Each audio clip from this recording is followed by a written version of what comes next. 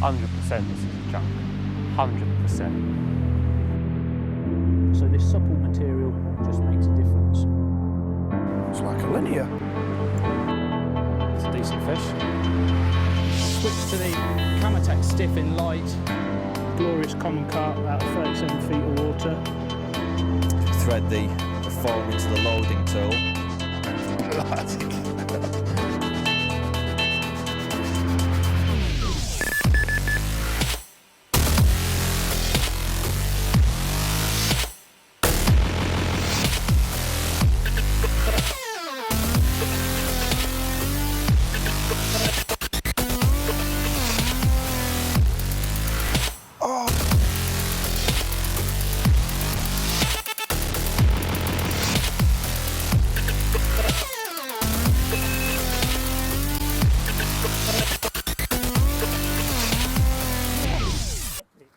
Bad boy fish.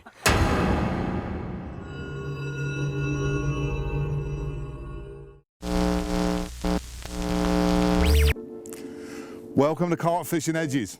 I'm here on the banks of a stunning Essex syndicate. It's early April, and after the most horrible winter, the coldest winter I can ever remember, I've caught myself a carp. I'm joined here today by one of the sharpest and greatest minds in carp fishing today, a man who's been responsible for many of the fantastic products that Fox have produced over the last few years, Scott Day. Winter, the most challenging time for the carp angler, and just as importantly, challenging for the tackle he's going to use.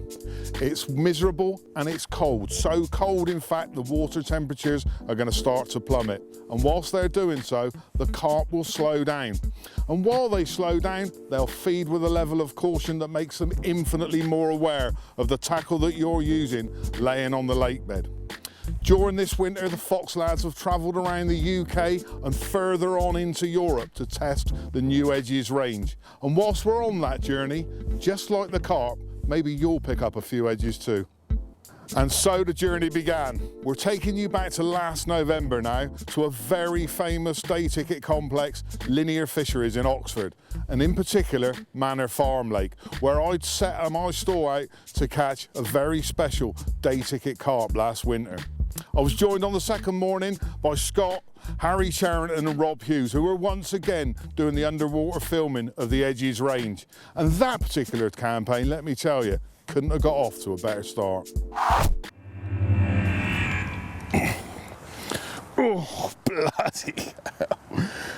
Oh, I'm here at Manor Farm on the Linear Fisheries ticket. One of the best day ticket waters in the country.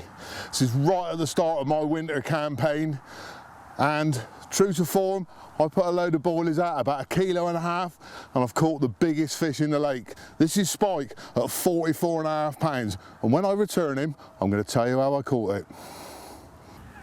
And this is the very rig that I used to catch Spike. Let me tell you why. Manor Farm in Oxford on the Linear ticket is dominated by maggots this time of year, and I came up here wanting to use boilies. And when I'm using boilies only, I'm going to use a stiff link pop-up. Now, it's a pressured day ticket water, and every little percentage that you can work in your favour is going to count. I didn't want to thrash the water to a foam, but I needed to get a rig in position that would fish as naturally as possible. Not wanting to disturb the water, I didn't want to be casting the lead around everywhere, so I had to use a stiff link pop-up setup that would sit quite naturally on the bottom. Very kindly, Fox have let me loose for the first time with the new Cortex mat. I've been using Cortex in my fishing for an awful long time now. In fact, in my bottom bait rig, it's 95% of the time Cortex will be involved. This is my stiff link pop-up go anywhere rig. I have changed the £30 Illusion boom section for £15 Cortex mat. It's supple enough to sit on the bottom over any small little obstacles, bits of weed, maybe little bits of gravel, not to make the pop-up sit up at an unusual angle. And much as they say, it was good enough to catch a 44 6/8 day ticket carp. It's the kind of thing, it's one of those little percentages that makes such a massive difference to your fishing. A single hook bait, which the first fish was caught on, a 24-pound mirror, could sit there all day and the fish can look at it from every angle if they are looking for anything, and that matte finish makes it look a lot less obtrusive on the bottom. Over bait, however, it can be a slightly different matter. You still want your bait presented as best you can, and once I'd put that 1.5 kilos of boilies out, I only had to wait a few hours and I had a 44-pound mirror in the bottom of my landing net, and let me tell you, it don't get any better than that. Well, here's my contribution. 24-pound 2 ounce, caught over a bed of maggots on a rapid bag full of maggots, and the hook link was the new Reflex dark camo. Lovely looking fish in his winter colours. We'll get this one back, try and catch another.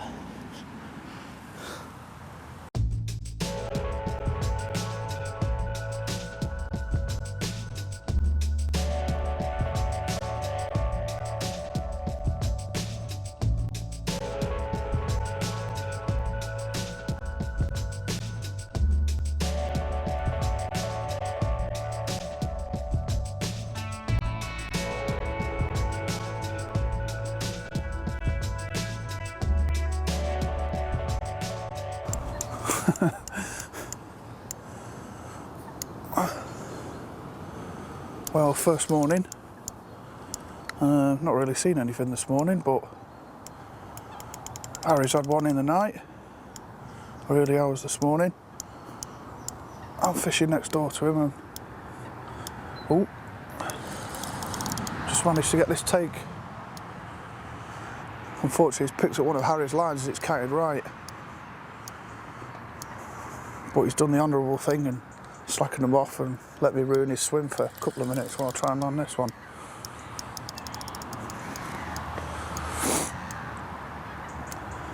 Just interrupted me brew as well.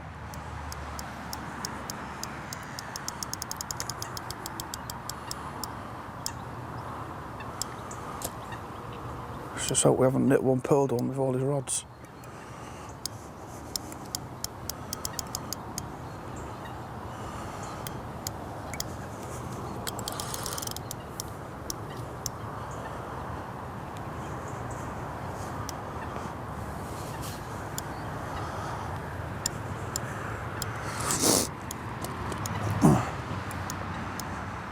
It's not as warm as it looks in my t-shirt.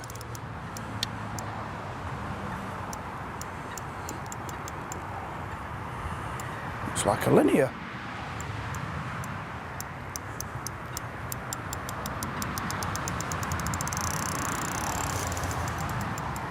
And what new bits have you had this on? Oh.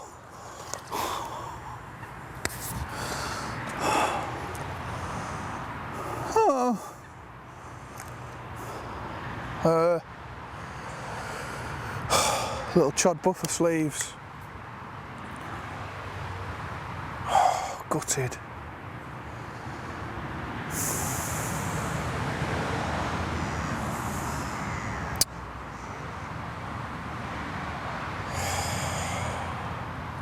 Was a linear. Hard to tell. Wasn't a bad fish, but it wasn't a beast. Oh well.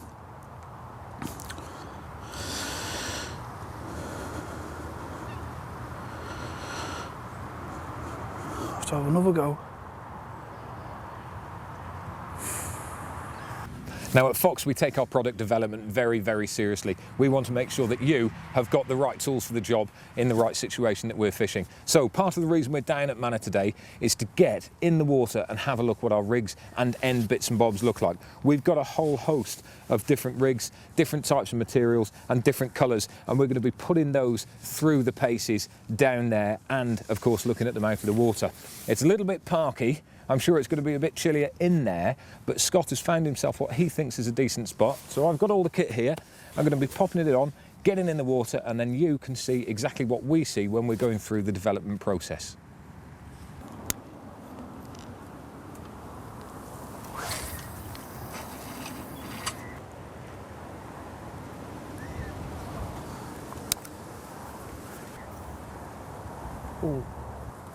Okay, right, we found a nice little spot. It's only 50 yards out. It's a spot that pretty much anybody could find.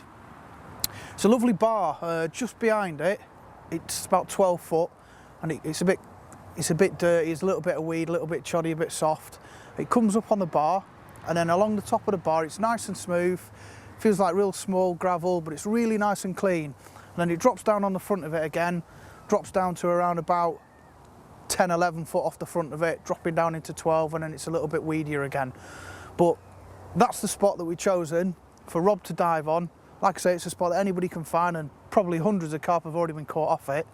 So what we're going to do is we're going to get Rob in the water, have a little look at all our new rigs and components, all the new colours in light and dark camo, and see what they look like on the bottom.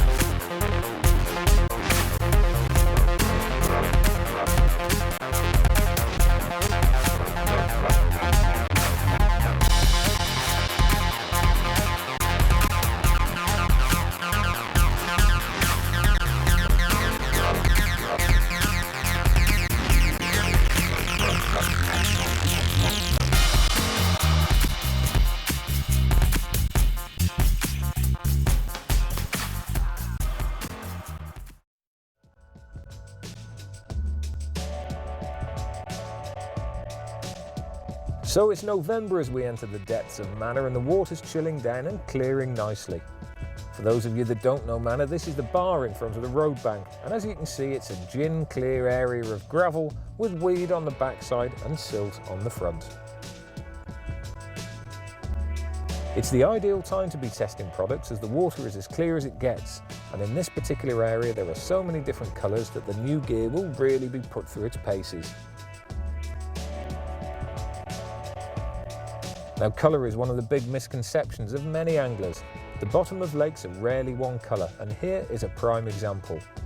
It's clear gravel of a Cotswold stone colour, with some small areas of weed in dark green, some silty coverings of a darker brown, and the whole area has a slightly greeny yellowy tint, which is caused by the light passing through the water.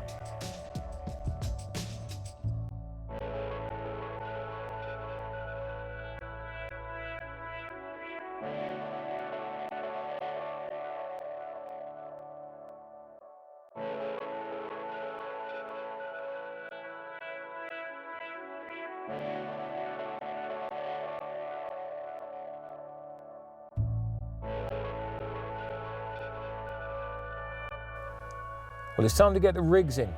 What we've done is attach leaders to the rigs for speed and ease of use. And for this test, I'm looking specifically at the hook links rather than the leaders themselves.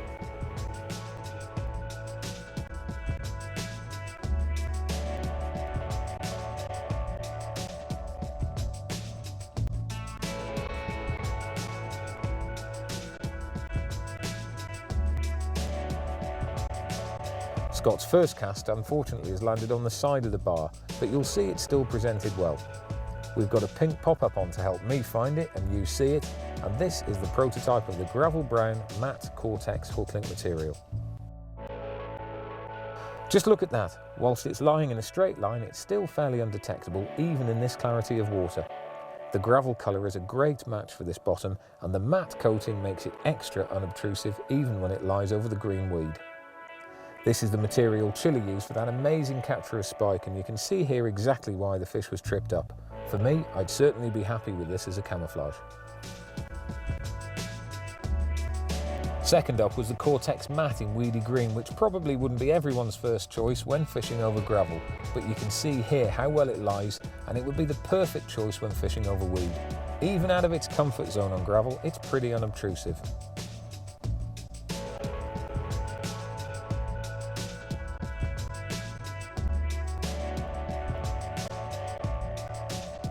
Now comes another prototype, and this one's called Camouflage Soft. This is the dark camo version, and the big question is, where is it? Look closely to the right of the lead and you'll just be able to make it out as we get a little bit closer. There's 3 colours in this material, making it one of the hardest hook links to spot.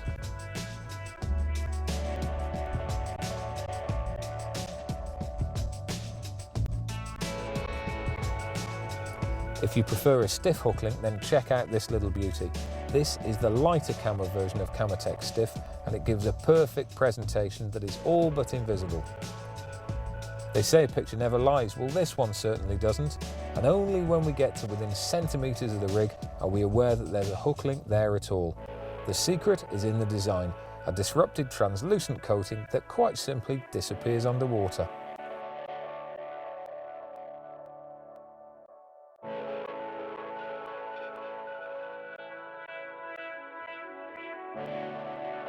Just so you can see that again, let's take another look. As we approach the rig, you can clearly see the hook bait just about make out the lead, but there's no way on this planet that a fish can make out that hook link.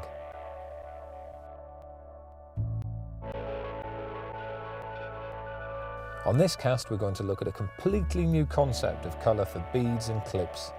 Follow the gravel brown submerged leader, which is the soft unleaded leader material, and just look at that lead clip.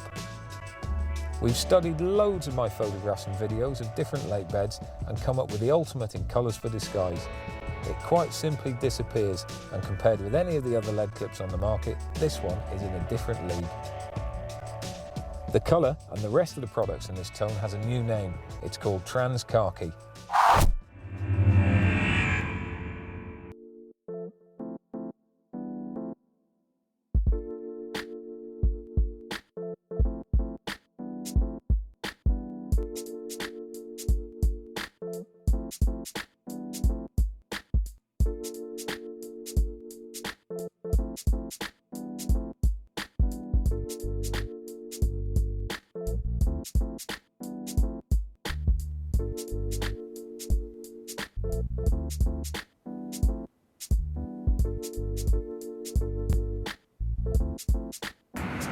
Well, there we go folks, second morning on Manor.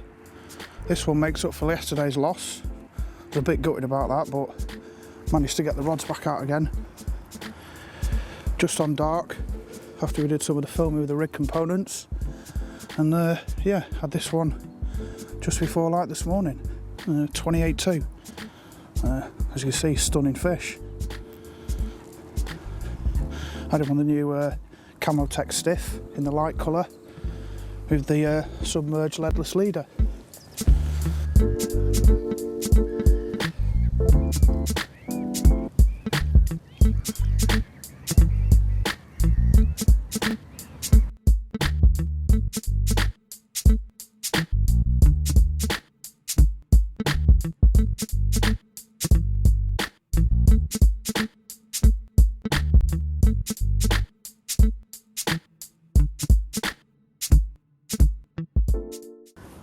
Right, this morning you see me with that lovely 28 pounder, real beautiful fish, but I want to talk you through the rig and how I caught that particular fish. Yesterday after Rob's diving, we could clearly see that the lighter components that we produced were going to be the best ones to cast out there. So after that little bit of diving that we did, I decided to move on to these components. Now I'm using here the new light submerged. This is 45 pound, it's a leadless leader. Without the lead, it's very, very supple. So if there's any debris on the bottom, the leader will just droop over any objects on the bottom, just to keep it nice and inconspicuous. So we've got a good length of 45 pound green, light coloured, submerged leadless leader. And we go down to one of the new coloured leg clips. Now yesterday it was obvious when Rob was diving on the cleaner areas out there, that this new lighter coloured, slightly translucent leg clip was the one that was definitely not very visible out there. So we go down to that lead clip with a 4 1/4 ounce lead. Now I've only just nicked the lead clip on because I don't want the fish to use the weight of the lead to eject the bait. So I want the fish to pick the bait up and then just bang the lead off. And now it can't use the weight of the lead to try and rid my hook. Down into the hook length itself, I've got a length of stiff Camotex light. Now this is a new hook length we've been working on for a while. And with Rob's expertise diving and some underwater camera work we've been doing, we've discovered that this light camo hook length is perfect for the bottom that I'm fishing out there. There's a couple of blobs of putty just to weigh it down, and then I've got down to a size 7 SSSP hook and a little pink pop-up. Now I'm fishing over maggots out there, so I just wanted a nice pink hook bait similar to the red coloured maggots that I'm using out there. The spot that I'm fishing out there, it's an area of very fine gravel with a little bit of silt over the top of it. It's light coloured silt, and these components really do blend well on the bottom there. You can never guarantee that you're going to be fishing on perfectly sandy or silty or gravelly bottoms. There's always, as you can see from some of the footage that Rob's done, there's little bits of dark areas and lighter areas, and this is where the camo text really does come into its own. The whole idea of camouflage is to use breaks in things so that there's no definitive lines on the bottom, and the camo text really does do that. So just a simple rig, but we say it's really stiff, so it falls away from the lead and lies perfectly flat on the bottom. Because I know that area is really nice and clean and relatively smooth, the stiff hook length just creates a perfect presentation on there, separates away from the lead. So there you go. If you're fishing a lake that's got relatively smooth, clean areas, then the stiff camo text really is a great hook length to use. Combine that with the submerged leadless leader as well, and you've got the perfect setup to try and catch some of these weary carp. There we go. Number 2 for me of the trip to Manor. Bit of a dumpy one, this one, 25 pounds. Caught over maggots again on the Rapid bag, and once again on the new Reflex dark camo hook link. Right, so you've seen a couple of the fish that I've had, and they have been on these babies, maggots. As a winter bait, they've got to be the ultimate. Now you can see some of them are wriggling and some of them aren't. Now the reason I do that is because out on the spot that I'm fishing at the moment, there's a little bit of silkweed, and I don't want everything burying itself in the silkweed. So what I do, I take my maggots, and some of them I put into a bag, and I take all of the air out the bag. Now this suffocates them, and it means that when you put them in your mix, they're not gonna wriggle. And as long as you put them out within half an hour of taking them out of the bag, when they get in the water, they're not gonna wriggle at all. So that's a really, really good tip. Now, I fished them on this rig. It goes in a solid bag, and it's a really, really basic rig. It just consists of probably a foot length of submerged leader down to a 4-ounce inline lead. I really, really rate big, heavy leads for solid bag fishing. I just think the fish can't deal with them when they're 4 ounces and above. They just stand no chance. Then I've got a hook link, which is Reflex Dark. Now this is the new Reflex. I've used the old Reflex for years and years in my solid bags. It's really, really supple. It just curls up nicely and fits inside them. And I think now that we've improved the colours, they're going to work even better. Now, I've got a little size 6 SSBP hook and a small 10mm homemade pop-up. It's pink, kind of matches all of the red maggots that I'm putting in there. And having a pop-up rather than a maggot hook bait just means that if there are any nuisance fish, you're not gonna have them picking them up off the hook. So that's the rig. It goes into a Rapid tied solid PVA bag, tied just the normal way how you tie a pellet bag with the Rapid, with one slight difference. The bottom, I've poked the hook through the PVA. Now I do this because if the hook was inside the PVA, it could well impale itself on a maggot and your rig would be useless. So that's what I do, that's how I fish my maggots, and that's how I've caught my 2 fish. After seeing Harry's rig, it was time for me to get back in the water as our man was starring in my Below the Surface feature in Carpology magazine. On the way out, a fish crashed in front of me smack over Harry's spot, so I was really eager to get down and check out what was happening. As I dipped my head below the surface, I was lucky enough to see a couple of carp on his spot, clearly feeding, as the silt in the area had been kicked up and had formed a cloud over where he'd been baiting with his maggots.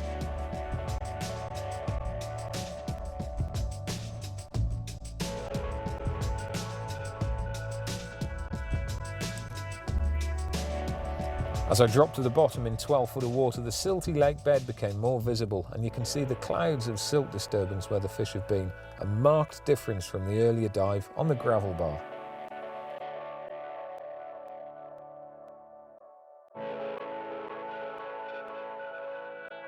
I was looking for the maggots he'd baited up with, and on first inspection they were quite hard to find.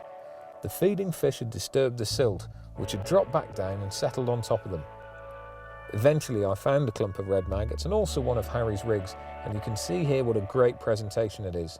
Almost everything is hidden in the silt, and the only thing visible is his pink pop-up.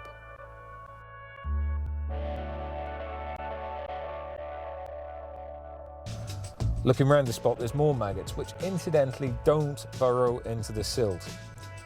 These are also covered with a light dusting of silt. Not far from the first rig, which was Harry's middle rod, I found his left-hander, and this time he was utilising a green pop-up, which actually looks yellow in the green water. It's incredibly visible. This was the recast rig after a capture the night before, and you'll notice the lead is not as buried as the previous rig, which had been in place for 24 hours. This is probably as a result of the fish grubbing round in the silt and not disturbing as much in this area.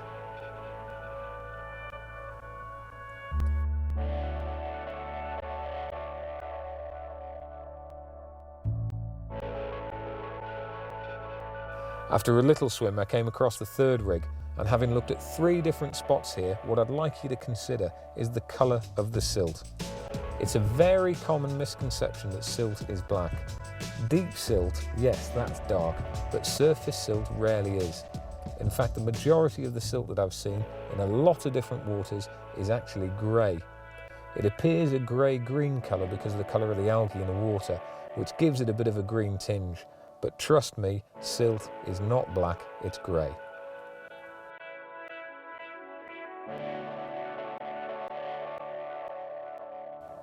Once again, everything is buried and well disguised, and in fact you wouldn't really know there was a rig in there.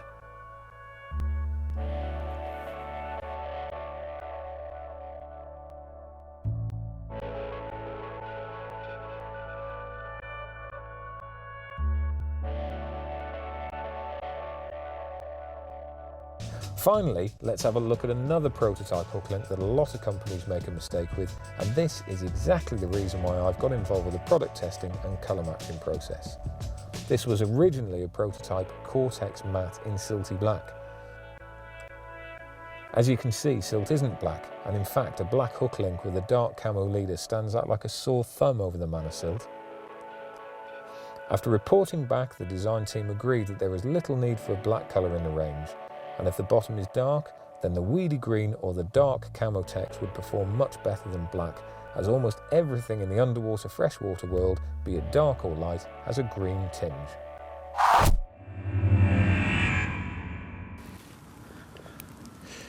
Well, have some of that. Scott and Rob have gone home, but I'm still here. Done one more night. It's a bit of a cold one last night when we put this one on the mat. There was frost on it, but yeah, 28-14, really happy with that. On the maggots again, it was the only bite for the lake last night, and it just proves that the maggots coming into winter time is an absolutely killer method.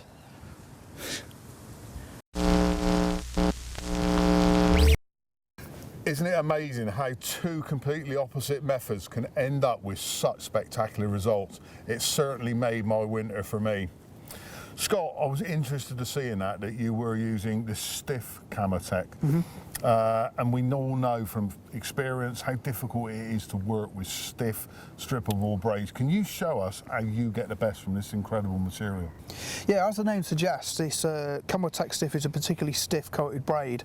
Now the problems with that is tying down the knot. Sometimes you can get the coating slipping during the knotting process.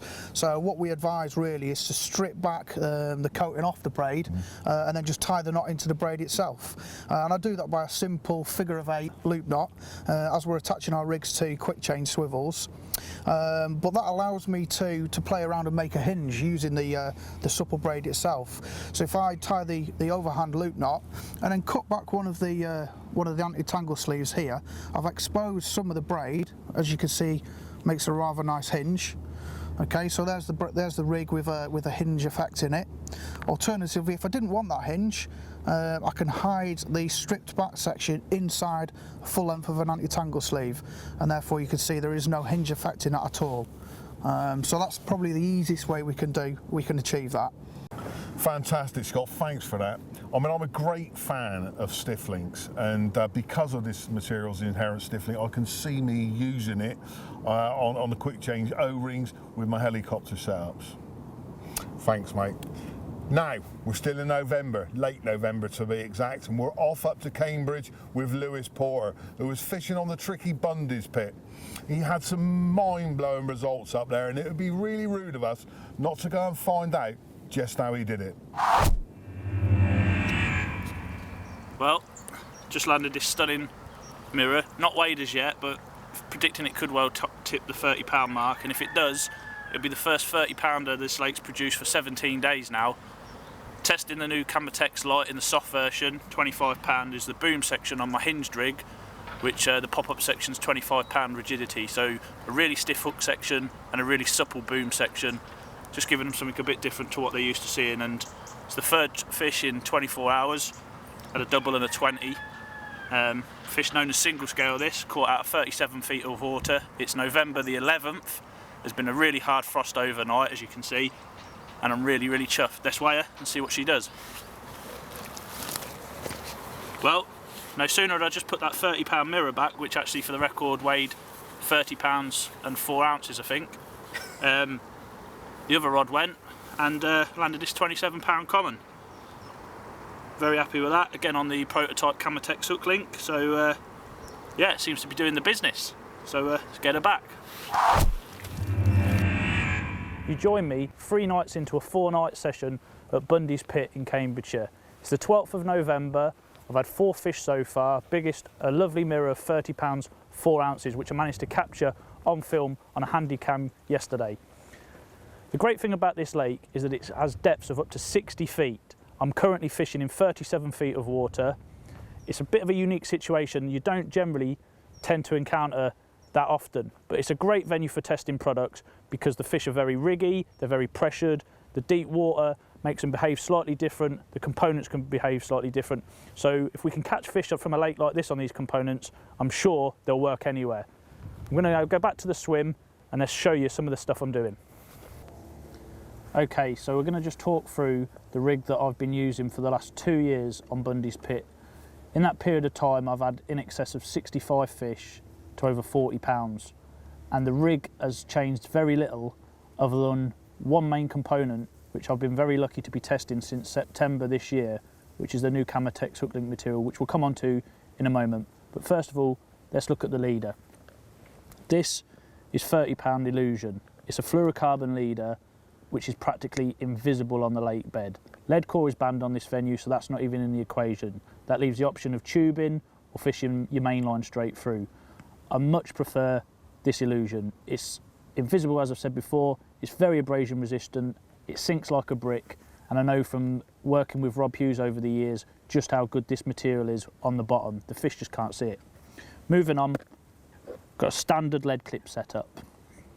You can see I've got a green tail rubber and a brown clip.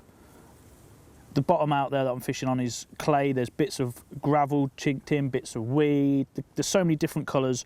I just want to break up the colours on my rig, so mix and match. Then I've got a lead. This is a 4 ounce flat pair. It's very heavy and it's flat. Quite often I'm fishing on a shelf on this lake, so I want a flat lead so it doesn't roll down the shelf. The colour is also fantastic on the clay that I'm fishing. Again, it's got little bits of black in there, flecks of brown, some green, some grey shades. Fantastic for the lake bed that I'm fishing over. Next up, we've got the anti-tangle sleeve.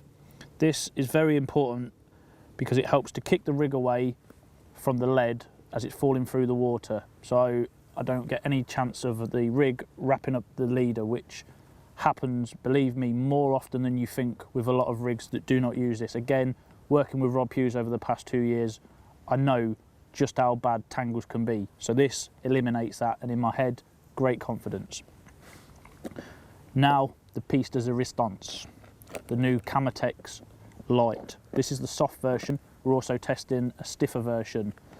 The reason I'm using the soft version is because, as I've already mentioned, the lake bed I'm fishing on, it's made up of bits of weed, bits of clay, bits of dead debris. It's not the cleanest of clean bottoms. So if I use a stiff hook link material, there's a chance it could kick up out of the debris. So I'm using a very nice supple boom. Also, on this lake, most people tend to use a stiff hook link material, and I think the fish, they've just seen it a lot. So this supple material just makes a difference. The colour of this light is fantastic for the bottom I'm fishing over. It's got little colour breaks that help to break it up on the bottom, and I'm sure when you see some underwater footage that we've done, you'll see just how good the material is. I don't need to tell you, the footage doesn't lie. A couple of blobs of tungsten putty, that's just to help to pin it down. When a fish swims over, it's not going to waft around too much and spook the fish. We then come to the hook section, which is 25 pound rigidity. It's extremely stiff. I've created a curve in this rigidity using the chod wivy bim. This is attached to a size 10 swivel, which has got a blob of putty on the top eye just to help to sink the pop up, which we'll come on to shortly. The swivel is on a large loop on the Camouflage. This allows the rig to move backwards and forwards like this, just gives it a greater degree of flexibility. The swivel can also spin 360 degrees, again giving flexibility, which just makes it harder for the fish to eject. Moving up to the hook, the most important part of the whole rig, a sticky sharp, reliable, strong hook. This is an Armour Point SR in a size 5. It's got a beaked point and an outturned eye, and it's perfect for the Hinged rig that I'm fishing with. I've got a small D rig here, as you can see, and a micro hook ring swivel, to which I've got a Milky Toffee pop-up mounted. As you can see, this isn't any ordinary out of the tub Milky Toffee pop-up. It's got a little cork plug in it. The reason for this is because I'm fishing in depths of 35 foot plus, and I can't be sure how the water pressure would affect an off-the-shelf pop-up. However, I do know that the buoyancy of the cork will not be affected in the deep water. So by drilling the pop-up out and making it effectively a corkable pop-up, I know I'm going to achieve a consistent buoyancy for a hook bait that I can leave in the deep water for 24, 48 hours, but hopefully a fish will have it before then. I just attached this hook bait with what I call the blob method. It's a method that Chris Boyder, one of the Fox consultants, showed me a number of years ago. Simply just pull a length of hair braid through the bait, light it, blob it down, it's going nowhere. So that is my Hinged rig. I don't call it the Hinged stiff rig because it's got the supple boom and then the stiff hook section. Slightly different to the more traditional Hinged stiff rig that you would have seen in the past, but it's a rig that's really, really doing the business for me. As I said, I've already had 4 bites on it in the last 3 nights. The last session that I did testing the hook link material, I had 7 bites in 5 nights. So it seems to be really working, and hopefully there's going to be more action to come on the final 24 hours as you join me on this session. I'm just putting the rods out for the night ahead now. The left and middle rod are out, final rod to go out. On the Hinged rig, as we talked about earlier, Milky Toffee pop-up, but as you'll see, I've nicked a PVA bag with 2 fluorescent pop-ups onto the hook. What this will do is, firstly, it gives me added casting weight when I'm casting through the air. The resistance of this weighted end here will stop the rig from wanting to tangle with the lead. Secondly, as it falls through the water, it will create resistance, again keeping the lead and the rig separated. As the lead hits the bottom, this will pop up like so until the PVA melts, and it will just flutter down nicely. Now I don't want it to kick out extremely straight because that doesn't give the fish enough rope to hang themselves. I want it to sort of land in a little coil like that, so whatever direction a fish sucks at the hook bait, it's got plenty of room to fly back into the mouth and hopefully nail them. Further benefit is, once these 2 pop-ups have melted in the bag, they come up to the surface and it gives me a visual aid to bait up with the catapult. So I know that my free offerings are all around the area. I'm fishing in 37 feet of water, so accuracy is key because in that deep water it can be harder than on an average depth lake. So these pop-ups help me to do that. So let's get it out there.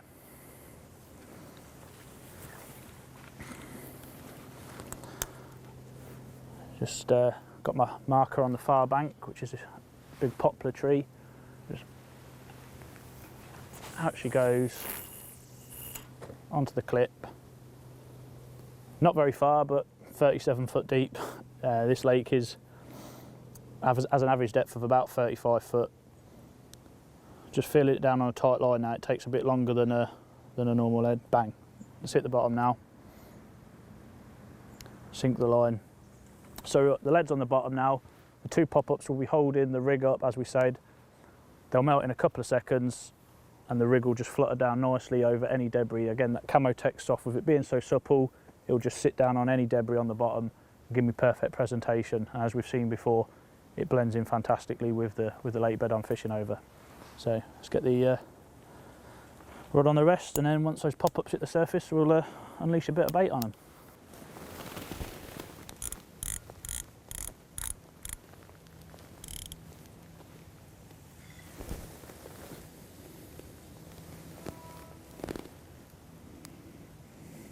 Clip the bobbin on.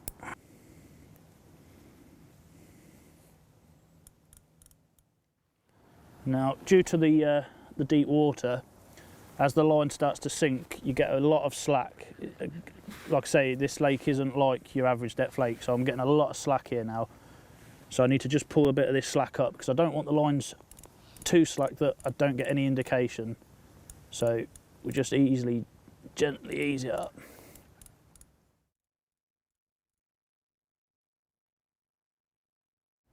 Just allow it to sit nice through the water. It'll be pinned down for a good 15-20 feet near the rig, which is the area that I want to be pinned down so as not to alarm the fish. The fluorocarbon leader that we talked about earlier will be sitting flush to the bottom, invisible. The rig will be sat perfect, and hopefully we'll get a bite. The prime time has been early morning, between 7:30 and 10 o'clock in the morning, so there might be a chance at night. I did lose one last night about midnight, so we'll just have to see and play it by ear, but I feel fairly confident, and hopefully when we switch the cameras back on, we'll have a nice Bundy's carp to show you.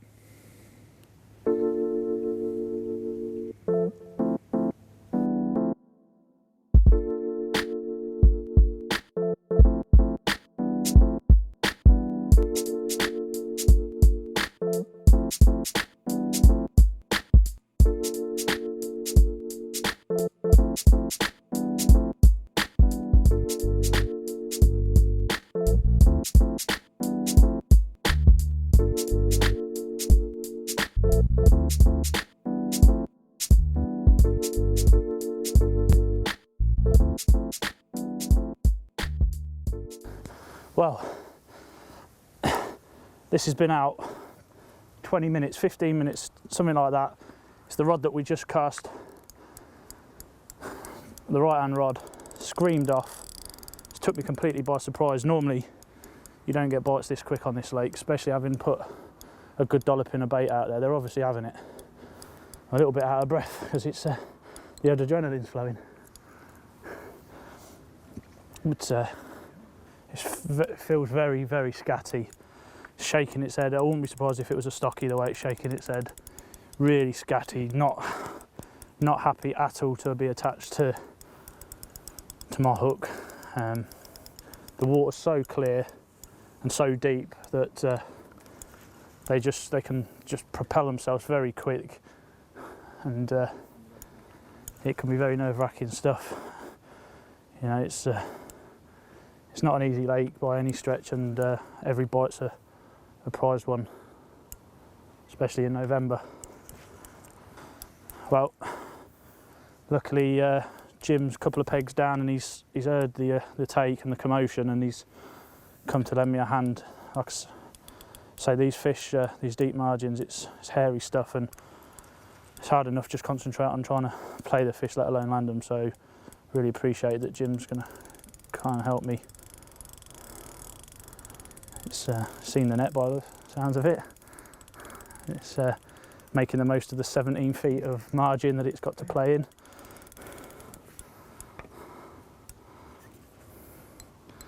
This is a very bizarre bite time. I don't know anybody who's had a bite at this time for months, so it's very strange, totally unexpected.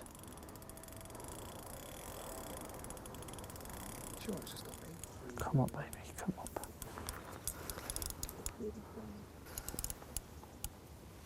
Here we go, Jimbo. I think we're ready. Here we go. Yes. Well done, mate. Nice one. Pressure off. Cheers, mate. Oh, there we go. Knock my rods over.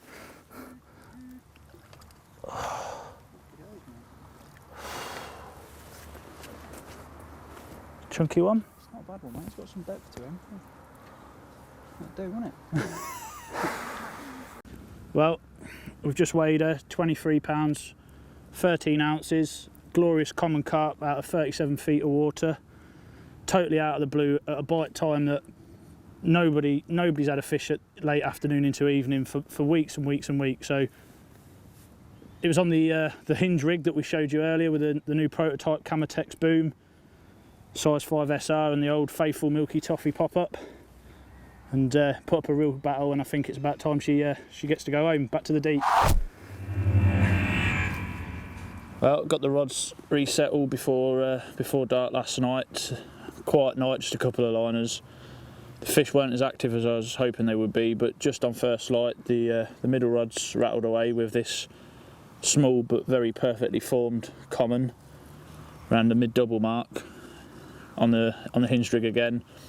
Milky toffee pop up again, 37 feet of water, and put up a real scrap. And yeah, really pleased that session's coming together nicely. Got a few hours left before I've got to head home.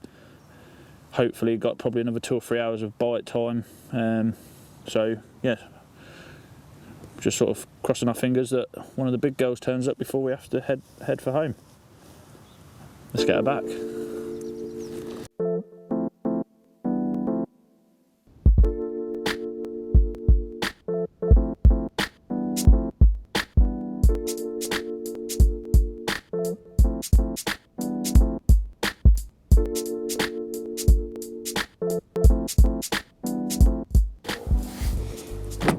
Well, the van's all loaded, it's time to head for home. Finished on 6 fish, which I'm pleased with for this time of year. The highlight obviously being the 30-pound mirror from a couple of days ago. It's been a productive session, not only in terms of catching fish, but for testing products such as the new Camouflage. The early results are really, really impressive, and I think we're on to a winner with that. So yeah, like I say, the van's loaded, and in 2 or 3 days' time, she will be heading to France for a trip to Abbey Lakes to celebrate Rob Hughes' birthday and to do a bit more testing over the other side of the big old river that separates us. So more fishing, time to get a shower and start all over again.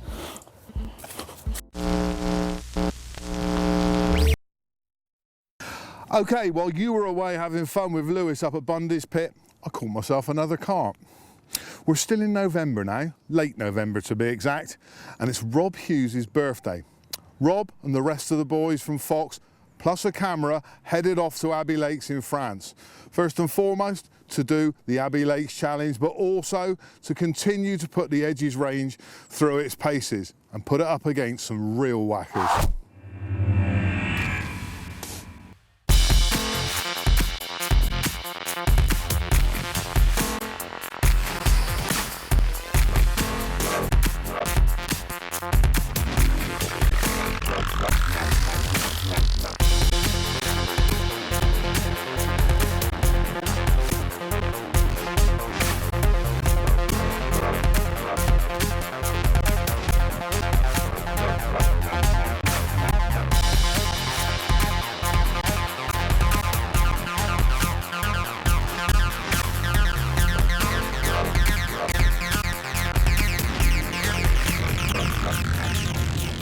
Well, here we are, we're in France. We've got the tunes rocking on the old deck. We're in convoy, there's 4 vans going down, there's a couple of lads already there. We've got a bit of a slow one in front of us. It's Lewis Porter and he can't drive. 65 mile an hour on a French motorway, it's just not on. But just look at it, the weather is looking cock on. The fish, they're certainly in the pond. They haven't been out for a while as well. Some of the big ones are due, and we're hoping that this week will be it. It's my birthday bash, we're out for the Abbey Challenge. There's 11 of us in total. And this is what carp fishing is about, having a bit of fun with your mates.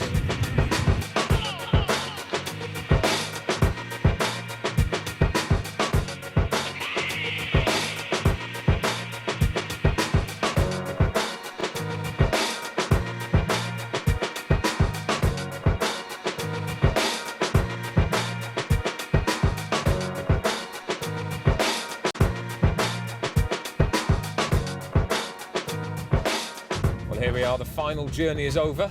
It looks like somebody's just putting up a new Abbey Lakes sign there as we're turning up. Look at that. There we go. You come under the bridge, turn left, and it's been a nice, easy 2-hour journey coming down. And here we are. Darkness through the trees as we emerge into the Abbey. Now, we're going to go in, we're going to grab a coffee, have a chat, find out what's gone on, and we have arrived. Here we are. Well, hey, we're going angling! The idea behind the Abbey Challenge is that we get together for a bit of a friendly competition where the biggest individual fish wins. A motley crew of my mates gathered on the banks of Abbey where we drew for swims. With 4 lakes to choose from, there were plenty of options and also plenty of fish to go at. Race leader gets the privilege of looking after this rather fetching inflatable fella, and whoever had him when the final hooter sounded would be deemed the winner. Sean McSpadden got off to a dream start. Right, let's get her out nice and safely and give her away.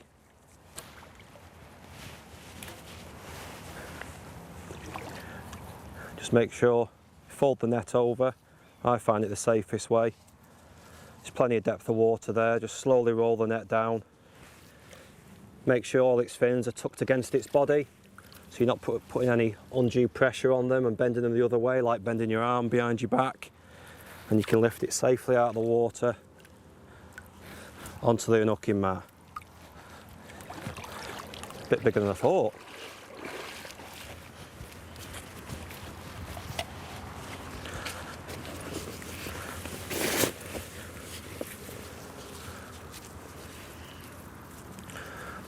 I've already unhooked it in the water, so there's no bits of tackle knocking about. And there she is in her winter colours. Really long, dark fish, as you can see.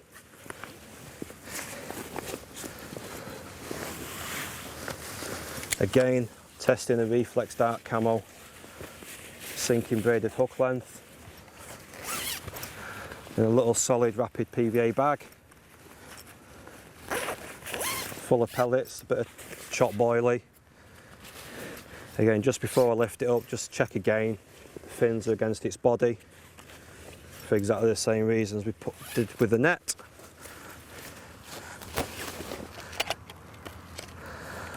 Let's give her away.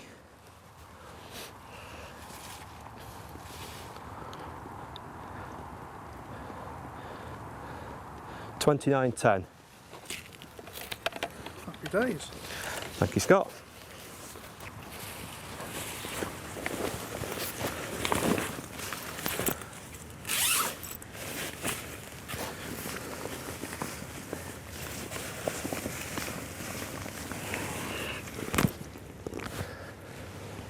Really long, powerful fish. And there we go, £29, 10 ounces of Abbey Lakes carp.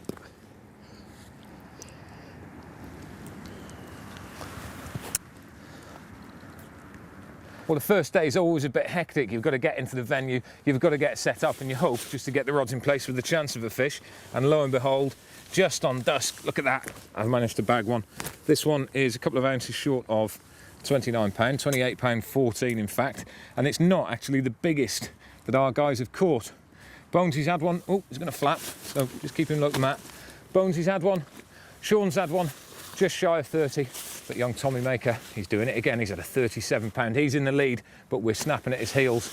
Going to get this one back. We'll talk about rigs and bits and bobs in the morning, because now it's time to get the rod back in the water and hopefully get another one tonight.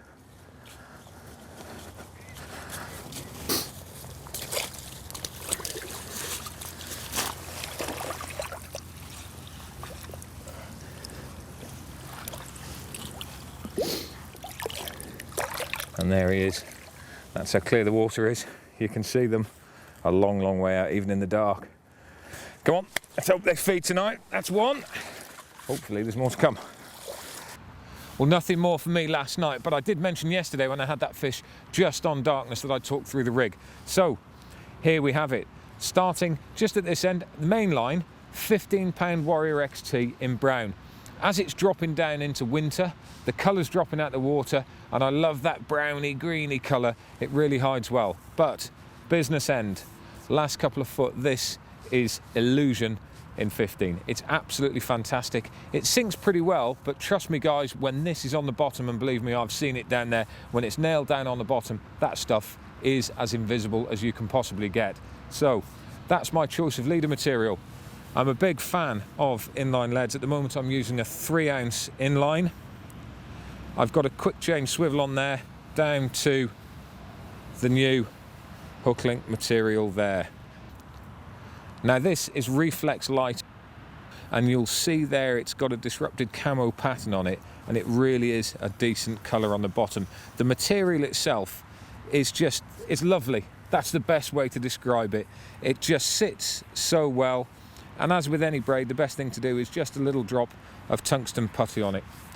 Coming up to the hook end, I am an absolute fan of SSBP hooks. Armour Point SSBP in my eyes are, without any shadow of doubt, the best and most durable hook out there. Incredibly sharp, you can catch loads of fish on them. I put a small bit of shrink tubing on there as well, just to create a little bit of an extra kick. This is a size 6. I've got 2 grains of corn on there. I like a size 5, like a size 4 as well, but at the moment this is a size 6. Standard bag rig coming up to 2 pieces of plastic corn. All of that is smashed into a solid PVA bag with the old Rapide loader system, chucked out into the pond, and hopefully that will catch me a fish or 2.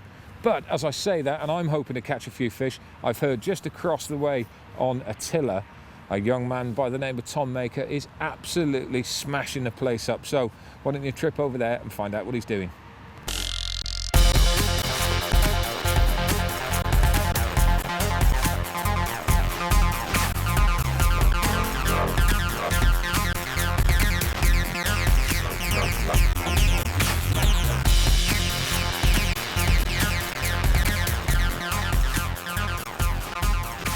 Right, well, I'm on a tiller. It's Sunday morning, we've been here 24 hours now. I have 13 fish already, the 2 that you can probably see in there, I've literally just had. One of them's 37 1/4 and the other one's 38.10. And before we could do anything, rod's back out, 3 more spods over the top, and this one's rattled off. So just keeping the rod low, just playing it in nice and gently, and hopefully we can land another one.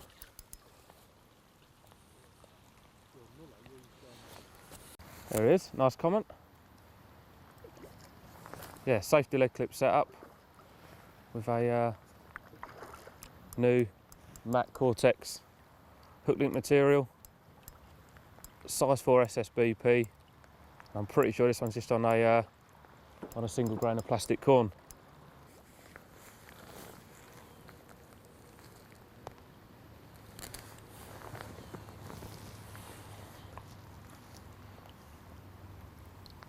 There it goes.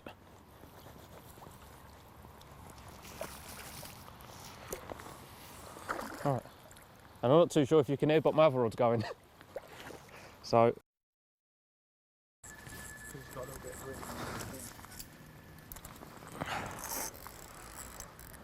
Well, as you can see, Dad's just putting that one in the sling. That's probably a mid-20 common. And into another one now. I've got all 3 rods, literally, they're on, well, I say an area the size of a ground sheep, but at 100 yards, you're probably not that tight. Yeah, 3 baits close together, bit of spod out there, and literally when they move in on here, you can get one bite, put it back out, you get another bite, or sometimes you can even get 2 or 3 while while you're playing the other ones will be going off. So, yeah, it's a good tactic for on here. Let's just say that. Right, Dad, I've got a funny feeling this is quite big. Oh, for God's sake, that's huge. Right, once its head's up, it should just keep moving. Going for it. That's a good one. That is a good one, that. Cheers, Luke. How big's that, Dad? Big. Oh, yeah, that is a big one. Right, if I lift it straight into the... In fact, if I lift it up, Dad, and then just lift this net out of the way, yeah?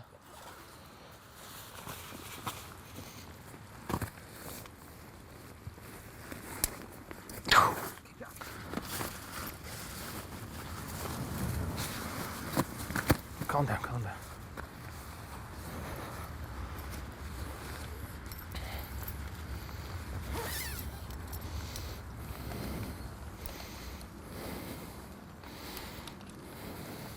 Side each. And let's just check its fin. Lift it up first.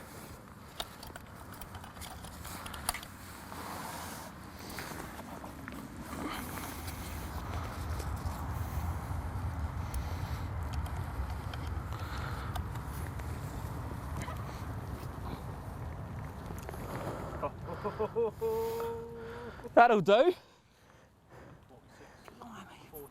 46, 14. Oh yes! Cheers. Cheers. Look at that.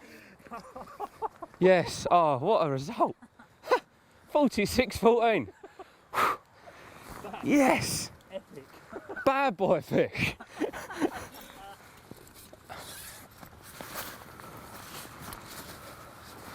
Oh. Look at the size of it.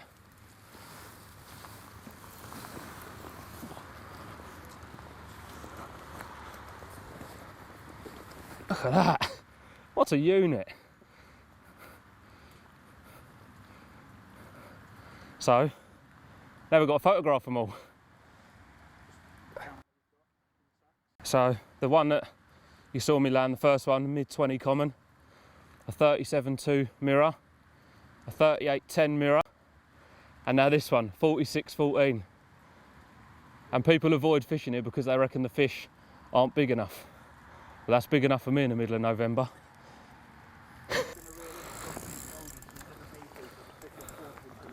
Well, there you go.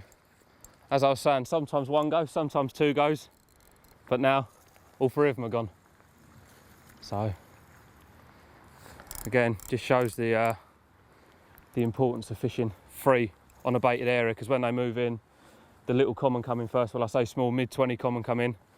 The next one, 46.14. So, if you only had one rod on that area, I'm pretty convinced that every time the little ones come in, they have the bait, away they go.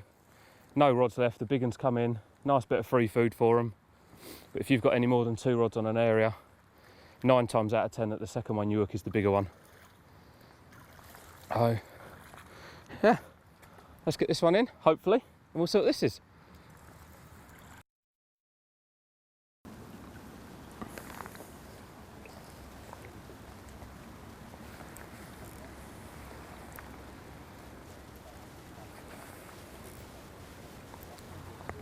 As you would have probably seen on one of the runs, I've got the new Springer arm bobbins on.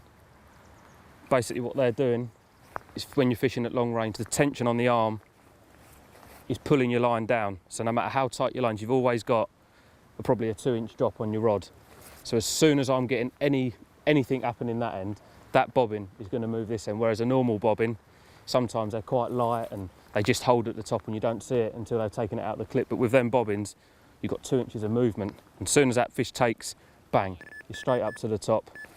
And there's just no messing about, no false indications. The lines are nice and tight, straight down to a 4-ounce lead. And start to say, as soon as that bobbin moves up or does any sort of movement, I know I've either been done or I've got a bite. 9 times out of 10, it's a bite.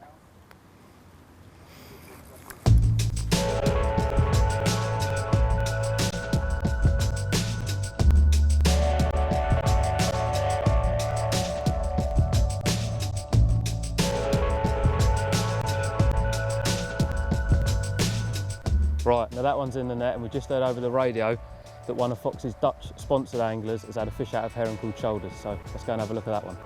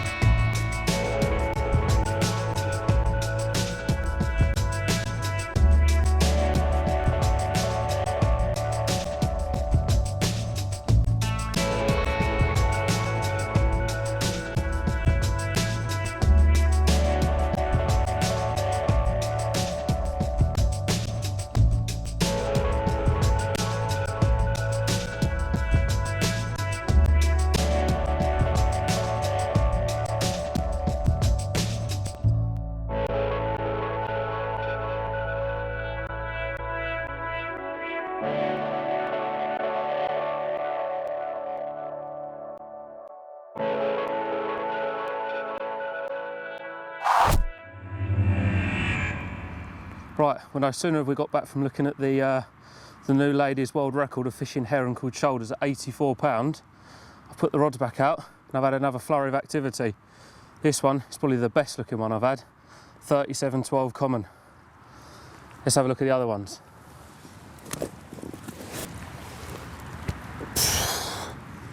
This one, 37.25.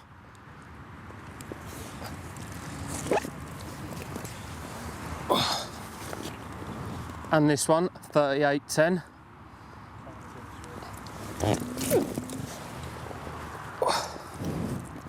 And finally, after that flurry of activity, this was the last one, £40.10.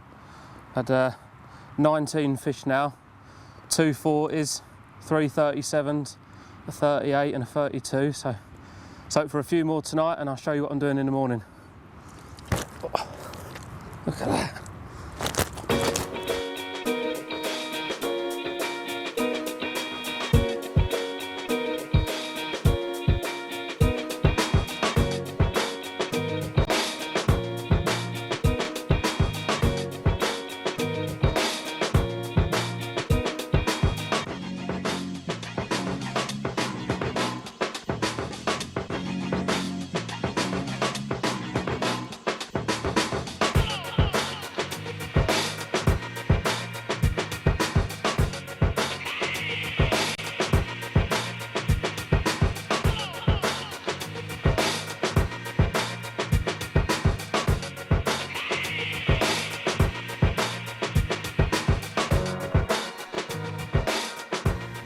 Right, I'm just going to run you through the tactics and what I've been doing while I've been over here. So first of all, have a look at the rigs I've been using.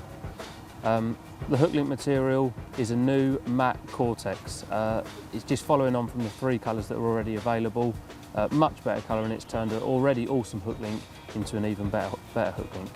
Off the end of that, size 4 SSBP hook. It may look big, but when you're catching fish with the mouths that you could probably fit an orange in, it really isn't big at all. Just a little bit of silicone there on the shank of the hook, that just holds the hair nice and tight. And hook bait on this particular rig is an 18mm cell. You can probably see, got a anti-tangle sleeve on the top there, and that's on a figure of 8 loop as well. And all that's doing is that allows me to change my rigs as and when, if the hook goes blunt or I have a breakage of any sort, and that's just attached to a new adaptive camo light leader material. So that's the rig I've been using. Let's just have a little look at the spod mix. In here, it's just very, very simple, exactly the same as I'd use in England. Sweet corn, just to add a visual effect, and as well I can change my hook bait presentation if I want. Chopped cell, matching cell response pellets, and hemp. That's just all just mixed together, and that goes out there in a spod little and often, and we've been getting bites doing it. And that also enables me to have 3 different presentations on the hair. So that's the one that's probably done with the most fish. 14mm cell tip of plastic corn. Threaded down there is a large PVA bag of Little Gems pellets, as well as a few crush response pellets. Again, the one I just showed you, an 18mm cell bottom bait. And as well, on this rig here, we have a double bit of plastic corn, because there are a few crays here, so if we're having problems with the boilies, we can change over to that, and that allows us to carry on fishing effectively. Another little thing I've been doing, I believe it makes a difference, I'm pretty sure carp do like sweet things, is all of my hook baits are soaked in beetling before I cast them out anyway. But even before I cast, just give them a fresh little dip, and that's real sweet, intense flavour around the hook bait, and it just gives the carp something else to home in on. So that's what I've been using, and it's certainly been working, because because we've had a real good trip and a hell of a lot of big fish doing it as well. So that's it.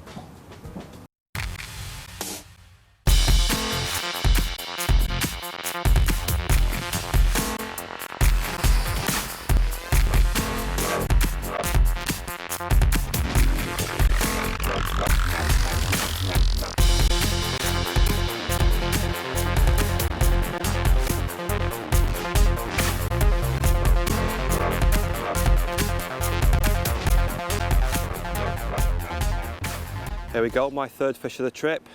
Tactics for this one was a rapid, solid PVA bag with the new Reflex dark camo sinking braided hook length, 5 inches long.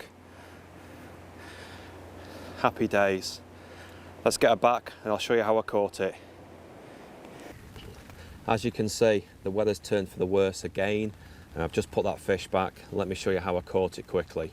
I've had it on a rapid PVA bag system. We're fishing Abbey Lakes, it's November, it's freezing cold, clear water conditions. There's a lot of bait boats on the fishery. I've chosen not to use one, just to fish a little bit differently. We've seen the odd fish show and I just wanted to put a little trap, a patch of bait where I've seen fish, just to try to pick the odd one off from the great big masses of bait everywhere left by bait boats. It's my option. Luckily, it's produced that fish we've just put back. So let's have a look at the rig. As I say, I've had it on the rapid PVA bag, which I'll tie shortly and show you how I do it. But getting down to the business end, I've got a 15-pound dark camo reflex hook length, which is a super soft sinking braid, perfect for PVA bag fishing. Down to the hook end, as you can see there, this is known as a shot on the hook rig. So I've got a size 8 S4 Curo hook with a Frutella pop-up. And as you can see there, I've folded a piece of braid over the hook and pinched the shot on, just burning the end very, very slightly, just to seal it on there. And what that enables it to do then is move up and down the hook, so it doesn't affect the way you hook a fish once it goes in. It just moves out of the way and exposes the main shank of the hook. And what that does then, as we've seen from the underwater footage, it creates what I call a cherry on the cake.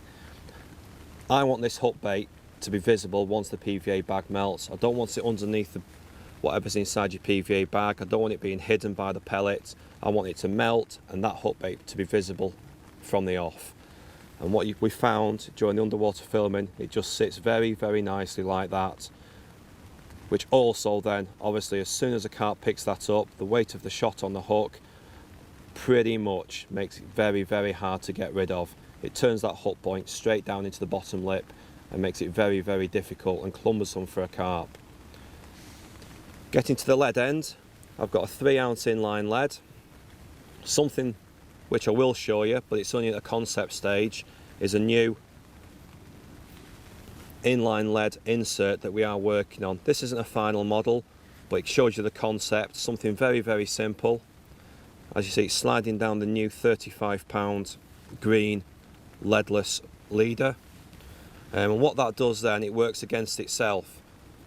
So you can cast it at any distance you want, and it doesn't come off. You can slide a tail rubber over the end just to make it a little bit more secure. I've not needed to on this session. And then basically the fish will pull it away and off it comes. Very, very simple. Right, onto the bag. I'm using the small rapid PVA bag system, so I'll take the locking collar off.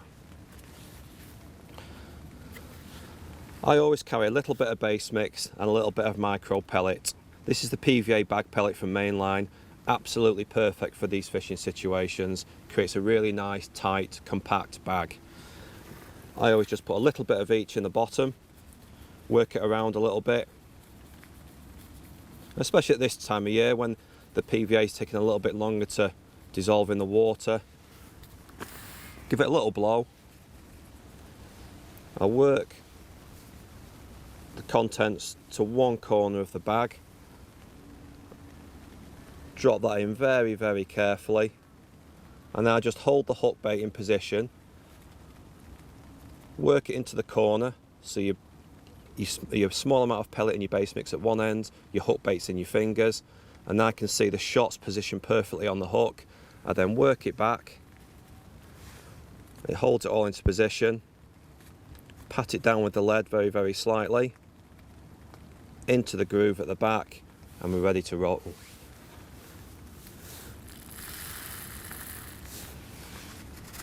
And just keep patting the bag down so it's nice and compact. What I tend to do is add a little bit of base mix. It keeps everything dry, especially in these conditions. You don't want any moisture on the rig because it will dissolve the bag before you have a chance to cast it out. Nothing more frustrating. Then if you keep working the pellet and the base mix down in the bag, it becomes very, very compact, which you'll see shortly.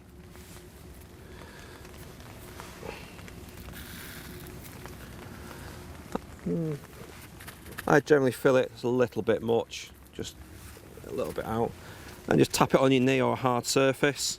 Then what I tend to do, it's only personal, is squeeze the bag very, very gently.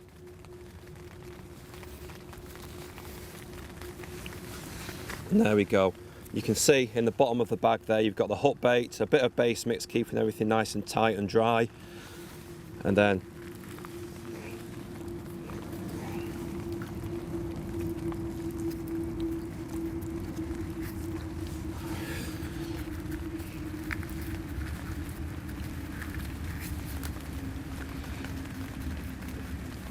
work the magic with the PVA bag loader. And then just massage the corners. Get it all nice and tight, especially if you're fishing at any considerable distances. Lick the corner, fold one side and the other one.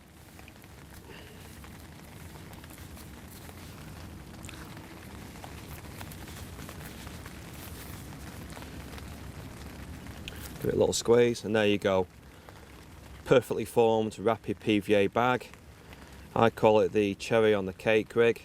The 35-pound new submerged leader, which is very, very supple. There's no lead in it, so once that hits the bottom, even if it's in weed, it's going to create its own little clear area. The hook bait will be exposed, and with this new submerged leader not having any lead in it whatsoever, it'll follow all the contours of the bottom. A very, very effective presentation of PVA bag. Here we go, it's the third morning. Still getting loads of bites. This is the 30th one now. Had another 40. That one's in there, we'll show you that one in a minute. Still putting a few spods out after each fish, and literally they just keep coming. So let's get this one in and we'll have a look at that 40.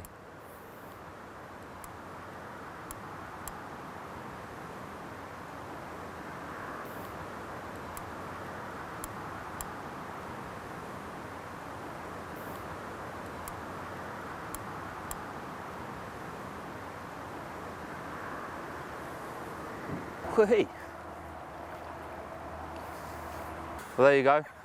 That's what happens when you go to the toilet and leave your rods out. 42, 42.2? Yeah, 42.2, yeah. Oh well. Thanks. How about that then? 36 pounds, 12 ounces. I've been fishing maggots all week, exactly the same as on Manor, with one exception. I've been using the Camouflage stiff because in Fox Lake there are a load of crayfish. In fact, on the first night I was using the reflex. They managed to tangle it up fairly well, so I'm switched to the Camouflage stiff in light. Matches the sandy bottom that I'm fishing on perfectly.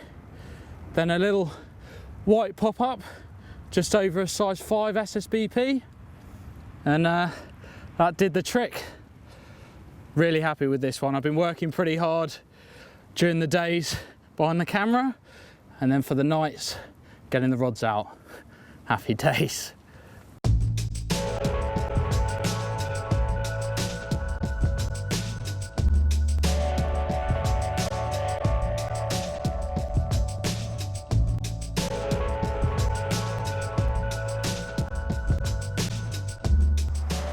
This is a chunk. 100%.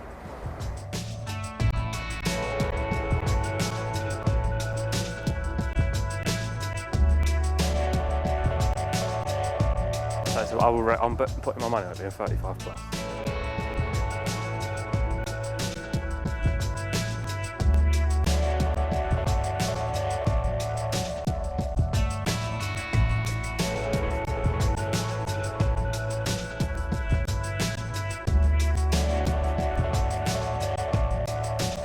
Hey, this has got to be something special, this.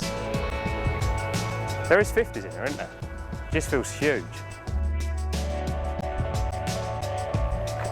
Please. I don't think I've ever pleaded with a fish.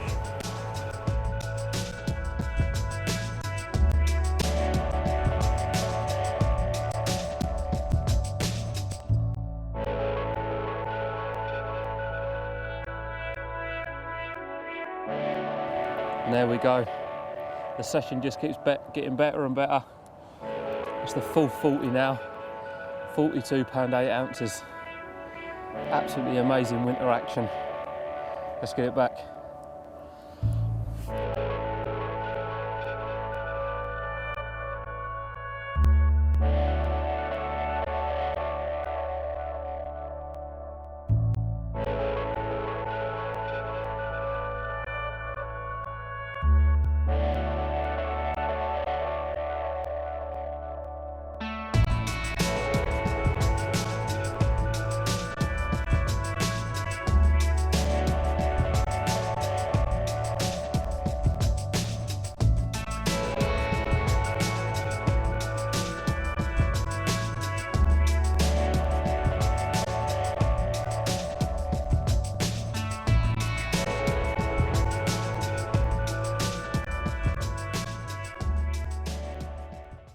Well, there we go. The challenge is over for another year, and we have a winner. He didn't just win it, he absolutely dominated it. This is the trophy that he's going to be getting his paws on. And the winner is, of course, the man that's still got the inflatable man. Who is it? Well, this fella over here. Look at that. Tom Maker, 46 pounds and 14 ounces. There you go. You are the 2012 Abbey Challenge winner. Hey. Do I get to keep the man as well? And there you have it, Tom Maker being Tom Maker. He really does take things to another level when it comes to catching numbers of fish. We also saw Sean using a prototype inline drop-off system, and I'm going to hand you over to Sean now, who's going to take you through the final article. Well, we're up against it a little bit. Believe it or not, it's actually April. We've just had a snow shower. I first showed you the inline drop-off system back in November.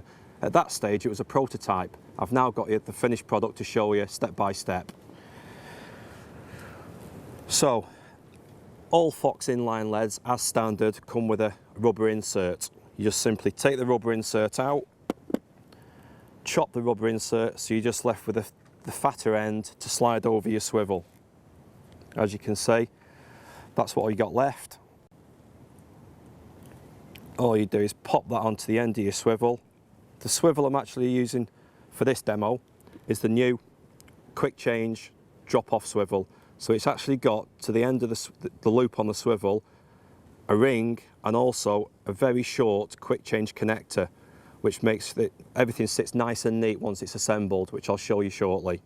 So as you can see, put the rubber overmold over the swivel and simply get your Fox lead, pop that into the end.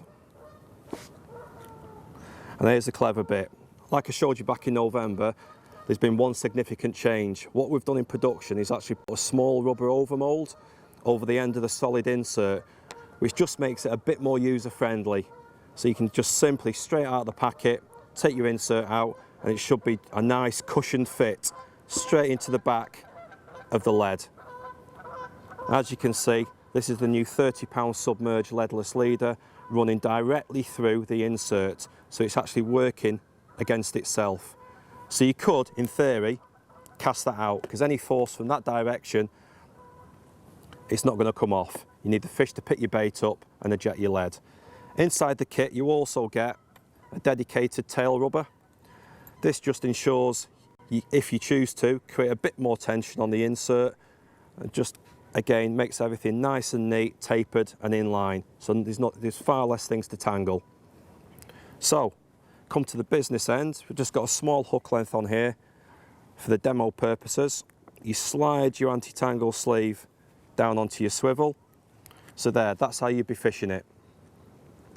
You've got the quick change swivel, the O-ring sitting nice and neat, your 30-pound leadless leader running alongside the lead through the insert.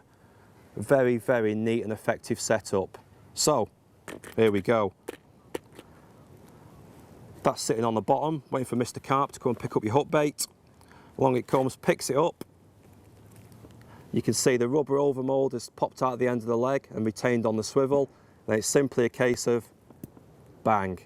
Your lead's gone, everything's retained on your leader, so you've not lost your solid insert, for example, that are on the market nowadays. It's simply a case of reload and get it back out there. It's a point worth reiterating here. If you are fishing open water and snags and weed aren't a problem, then it's fine for your lead to stay on your main line. If, however, snags and weed are going to become a problem, then it's vital that you drop the lead. Not only will you catch more fish, it's infinitely safer for the carp. Now, we move into January and we're going fishing with Mark Fishers, who's fishing at a lake that's as far from his house as it's possible to be without fishing in another country. Yep. Well, you join me 24 hours in session here over on Rookley Country Park on the Isle of Wight. Well, I'm here to shoot my new series in total carp, where I've got to catch a 20-pounder live for the cameras, which is no easy feat with the conditions as bad as they are. I've had nothing so far, but I've just seen a fish roll just off to my right. Just put a nice little PVA stick on it. So hopefully, fingers crossed, we'll have a fish to show for you a little bit later on. Now, although Rookley is around a 6-hour drive from my house, it really is a great venue to shoot this feature. It has a good stock of fish with a lot of 20 and even a few 30-pounders, and it really does fish well right through the winter months, even when temperatures are at rock bottom. Well, this is the swim I've chosen, and as you can see, it's sheltered from a cold northerly wind. The wind's on my back. It is an area of deeper water as well. And when I got here, there was a few signs of life, a few little bubbles coming up, so it looked a great swim to start from. As I mentioned earlier, I've been fishing little PVA sticks, and this is the stick mix I'm using. It's finely crumbed cell boilies with some of the high leakage pineapple ready-mades as well, and they have a splash of a colour, really do increase the overall visual attraction of the mix. And to that I've added some Cloud 9 ground bait, and the whole lot is being put through a squat riddle, and the end result is a very, very fine mix, so there's no large food items in there at all. So that's the mix. Now I'll show you the rig that I'm using it with. Now, because the bottom here at Rookley is predominantly silt and dead leaves, let me show you the rig I'm going to be using to ensure great presentation. Now, it's a helicopter rig, and ordinarily I would choose to fish that on a leg core leader, but the fishery rules here state that no leaders can be used. So I'm going to be fishing it what they call naked, which is basically the rig directly onto the main line. Now, in the past I've had some concerns about using this rig. I've always been a bit worried that the swivel rubbing against the main line directly like that, it could perhaps cause breakages. It's a lot of pressure being exerted onto the main line. But Fox have come up with this great little gadget called the Chod buffer sleeve. And as you can see here, the hook link swivel sits on this tapered sleeve on the top, so it absorbs all the pressure, so no problems can occur. Now, below the sleeve, I have a quick clip tied onto the main line, and that basically just enables me to change the size of the lead if I need to. And as we come up, we have a hook link which is attached to one of these quick clip O-rings, and again that just enables me to change my hook link really quickly if I need to. And coming up, we have a little tungsten sinker there, and we have a tungsten bead which fits above that, and obviously that just stops the hook link from sliding up too far. And the hook link itself is a new material called the Camouflage, and it's got great camouflage. I've tried it in the edge and it blends in superbly with the colour of the lake bed. I've just had a little bit of putty on there just so it ensures it sinks and hugs the contours of the bottom. It sinks nice and flat. And we have a quick change pop-up weight, which is counterbalances this Milky Toffee pop-up, which I fished on a little D-rig. And that's it. Very simple, but it's one rig I'm hoping is going to work for me in the coming days.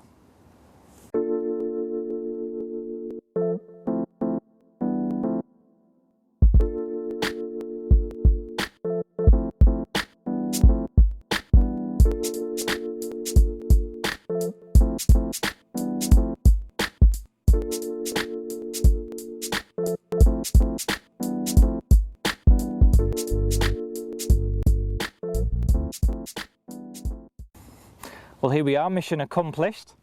Just had this 22-pounder, that's my target achieved. It fell to the little D-rig pop-up tied on the new Camouflage hook link. well pleased, pressure's off now. Hopefully, might even be able to nick a bigger fish.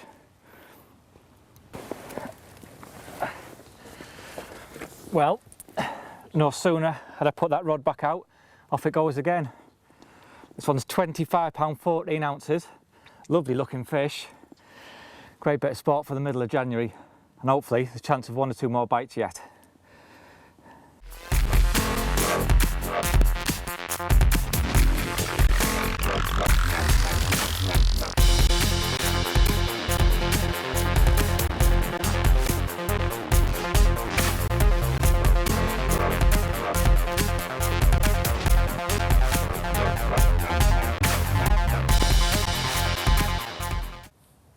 Well, you've just seen me slip that one back, so I just thought I'd talk through my little D-rig in a bit more detail.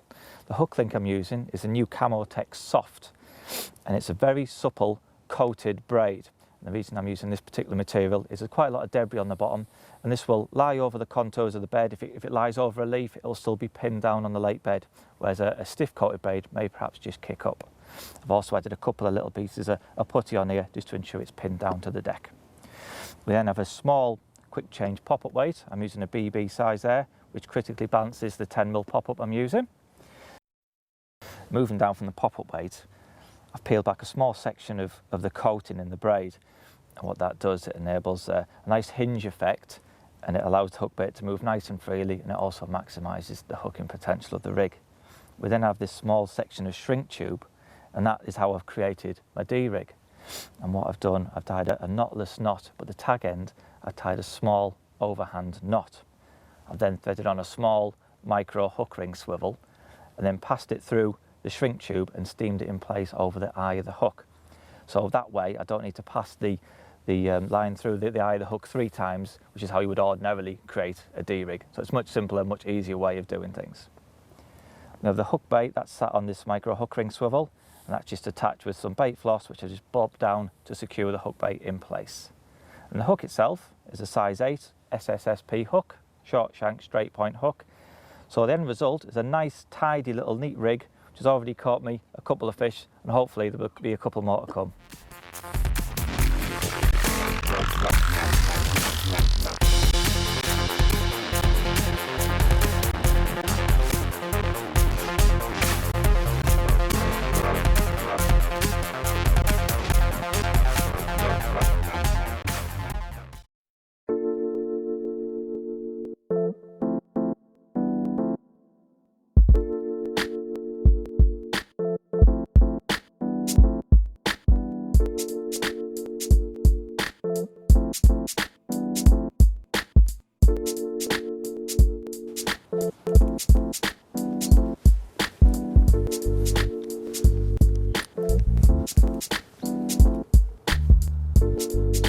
Now I just slackened all the line off there to allow it to sink.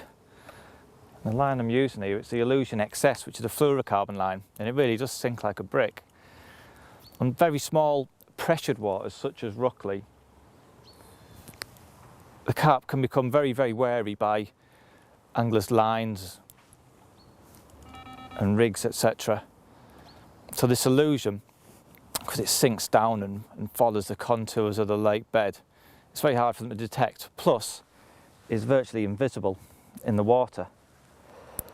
And the bobbins I'm using here today actually grip on the line, so that enables me to fish a slack line up to the rig while still having it sort of tight into the clip here, and that really does maximise bite indication. You see, just a few movements there, and you get a great indication. There we are, trap set. Well, it's been a fairly quiet afternoon. I've seen virtually no signs of feeding fish. Then out of the blue, it's had 3 or 4 bleeps, and as you can see, we've got a fish on. That took me a bit by surprise, because today the activity's been virtually nil. Temperature's taken a bit of a tumble as well. We've had rain for the past few hours, and that's undoubtedly cooled the water off. This fish is pulling a bit.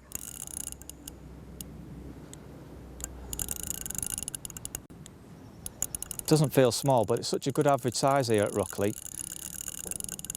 is going to be a decent fish, whatever it is. It's got a bit of side chain, it's just going underneath them and branches over there.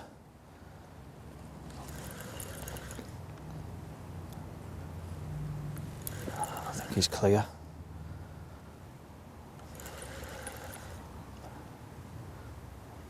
He's just down here now.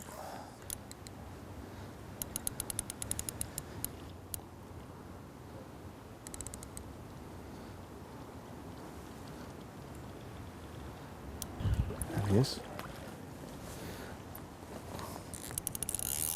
Got my net over this side. Who's moved my net?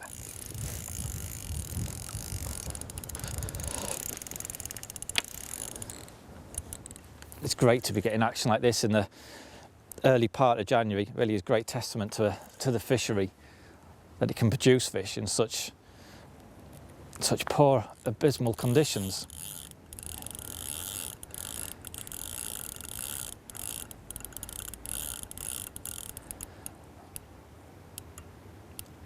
Much of the mainland at the moment, they've had a fair bit of snow this past 24 hours. Luckily managed to escape that here, but we have had rain and sleet, so it's not exactly tropical over here.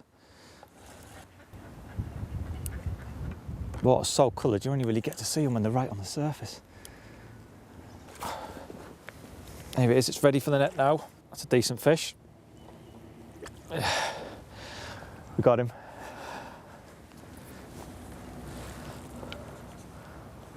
That's not a bad fish at all. Looks a 20, another 20 pounder.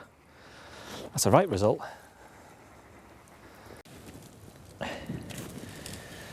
There's the rig that did the job. That one was proper nailed, that one. Right.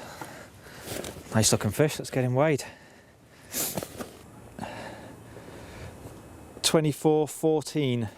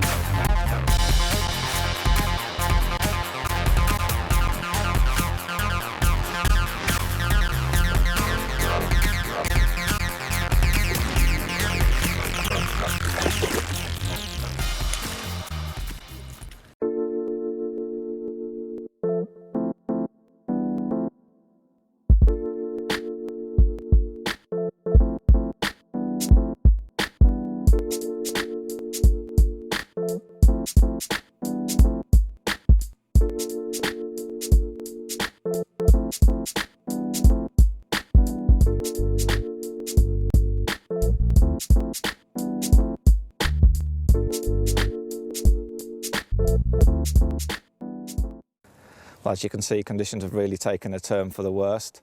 Fishery owner Tim assures me it never snows on the Isle of Wight, but here we are. Conditions last night were really, really cold. Temperatures down to -4, -5, and I've had no more fish since I last spoke to you. To be honest, it's looking pretty dead out there. There's been no signs of feeding fish whatsoever. And snow on the mainland is really bad. The missus has rang me, she's stressed out. There's about a foot of snow at home, so I think I'm going to call it a day and head off back home.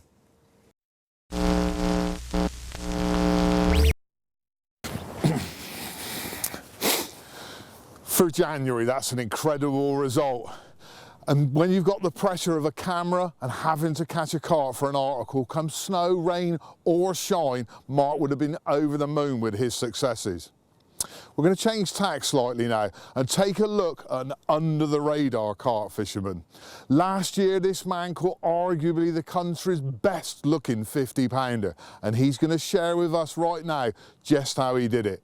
He goes by the name of Lee Walton, and believe me when I tell you, he is one incredibly gifted angler.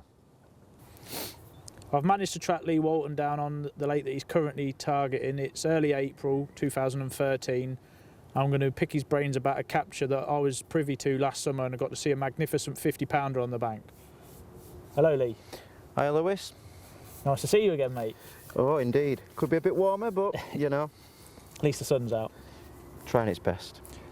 Last summer, then, 50-pounder, immaculate fish, one of the best in the country, arguably. Yep. Well, we both know that much. So, Talk us through it, mate. well, I mean, it all starts a long time ago, kind of 7-8 years ago. First seen a picture of the fish. Didn't even know it existed to that point. Dave Moore showed me a picture of it, and just absolutely blew me away to think that there was a fish that had such appearance and was still under the radar. It was just unbelievable. So from that moment on, it was kind of, we need to be looking at obtaining a ticket for that water. Just did the usual thing, just wrote, applied and waited, and 7 years later the ticket arrived and job on. So fast forward 2012, you've got your ticket, starts 1st of June, I believe.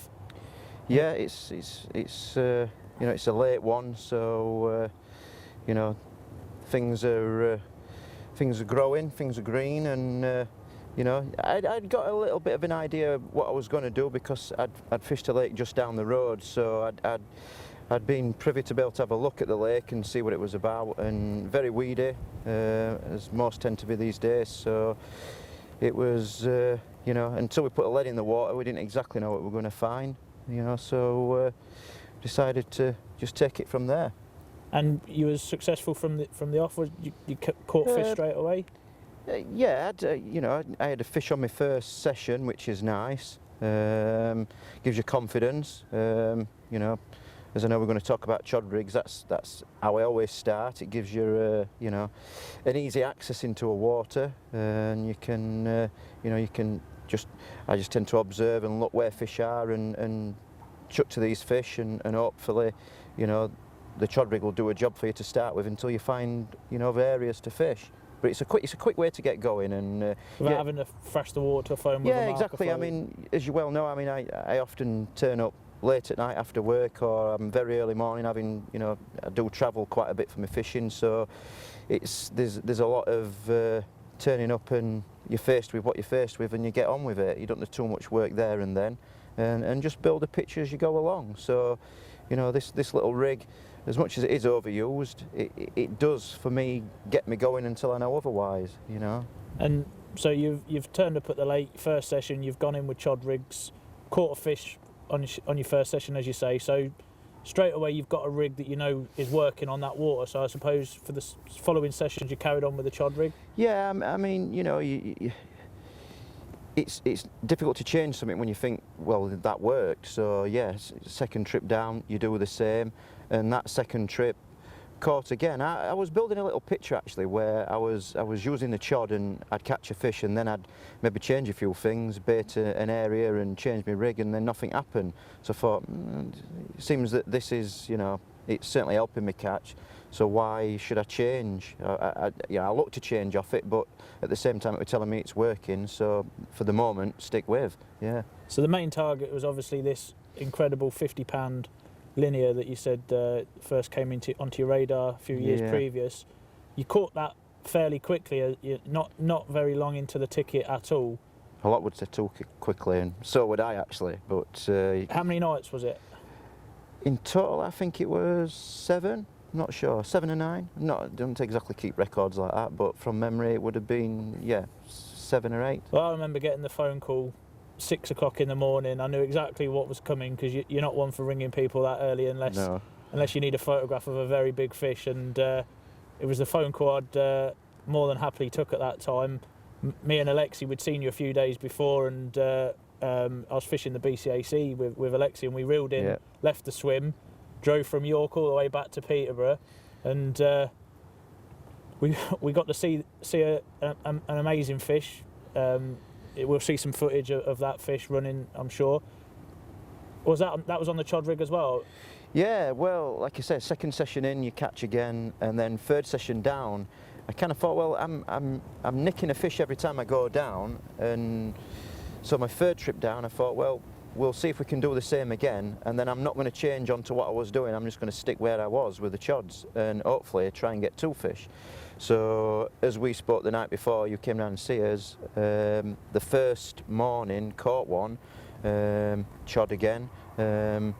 So I sat that day long and saw a few fish show. There were a big show on actually, a big show of fish.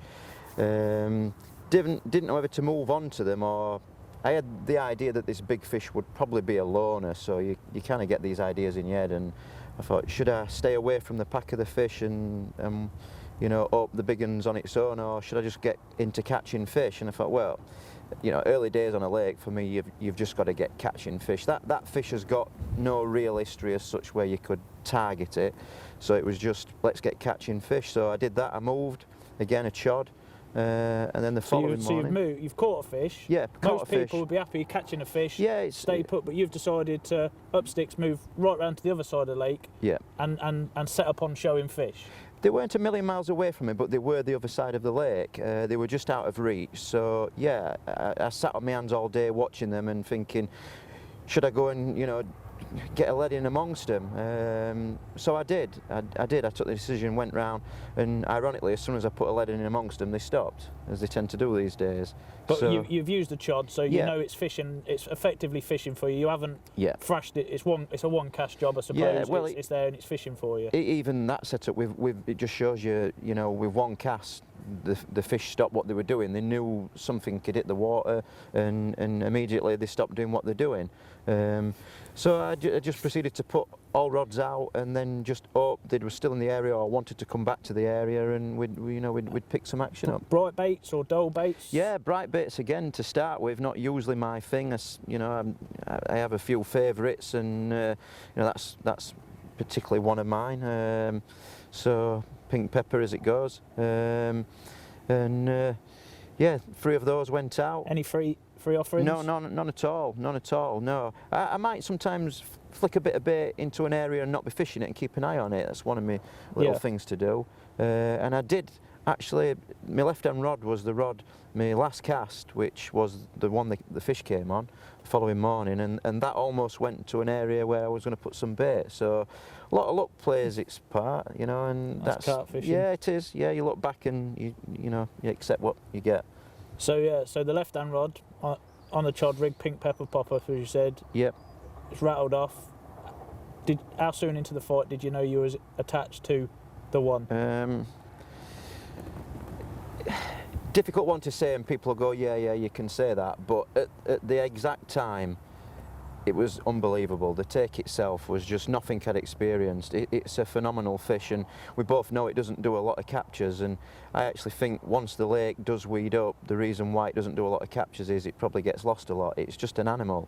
It's shaped for it, isn't it? Long and torpedo. It's a phenomenal fish. It's a male, and it's angry with it, and I was certainly convinced enough at that immediate sort of juncture to think this could be the one, and yeah, well, proved to be.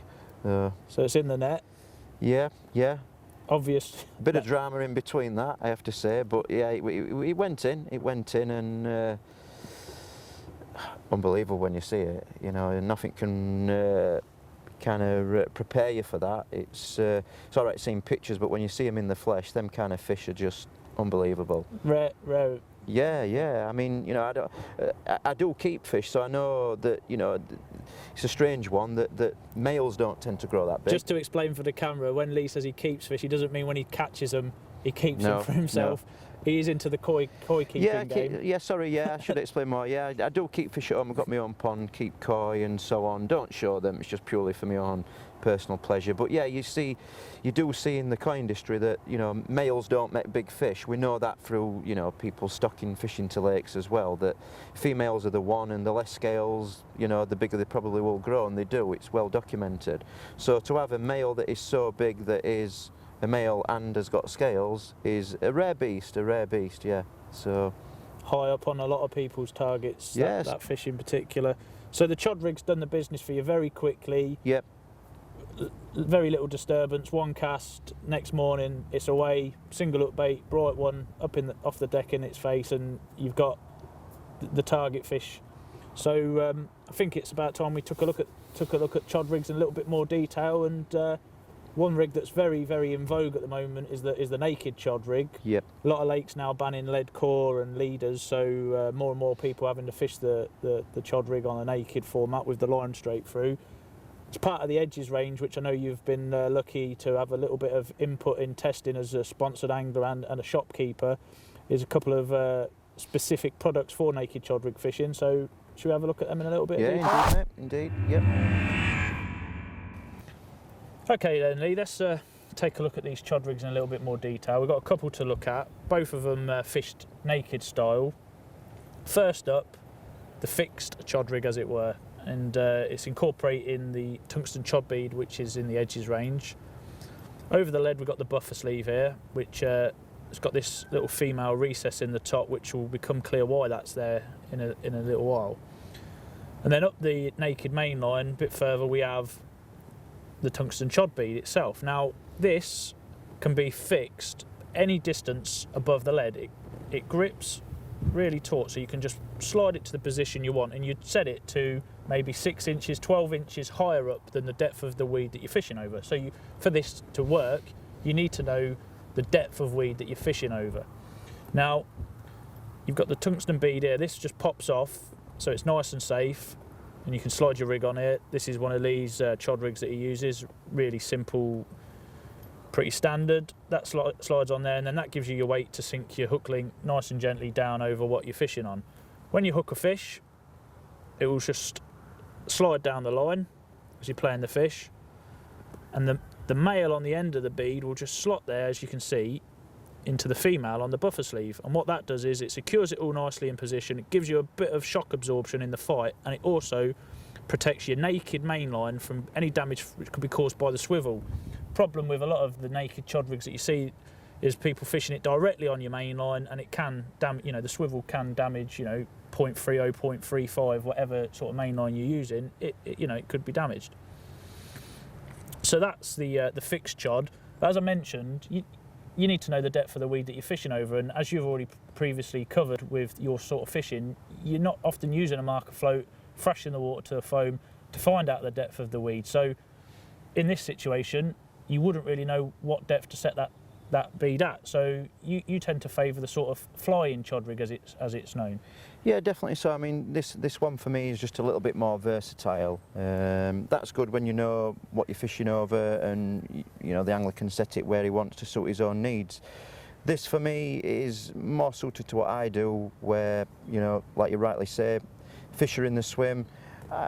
Unless I know for sure what I'm fishing over, I have to second guess it. But generally I would have a bead that would be fixed, sort of 3 foot, 4 foot, depending on what I would have a feeling for. But this allows the chod rig to fly up in the water and keep away from all the bottom debris and so on, and effectively gets you fishing. And that'll just flutter down. Yeah, it's just gonna flutter down, above whatever it's going to settle on, and whether it be a bit of silkweed, bit of Canadian, but effectively that gets you fishing. So a cast anywhere rig. Yep.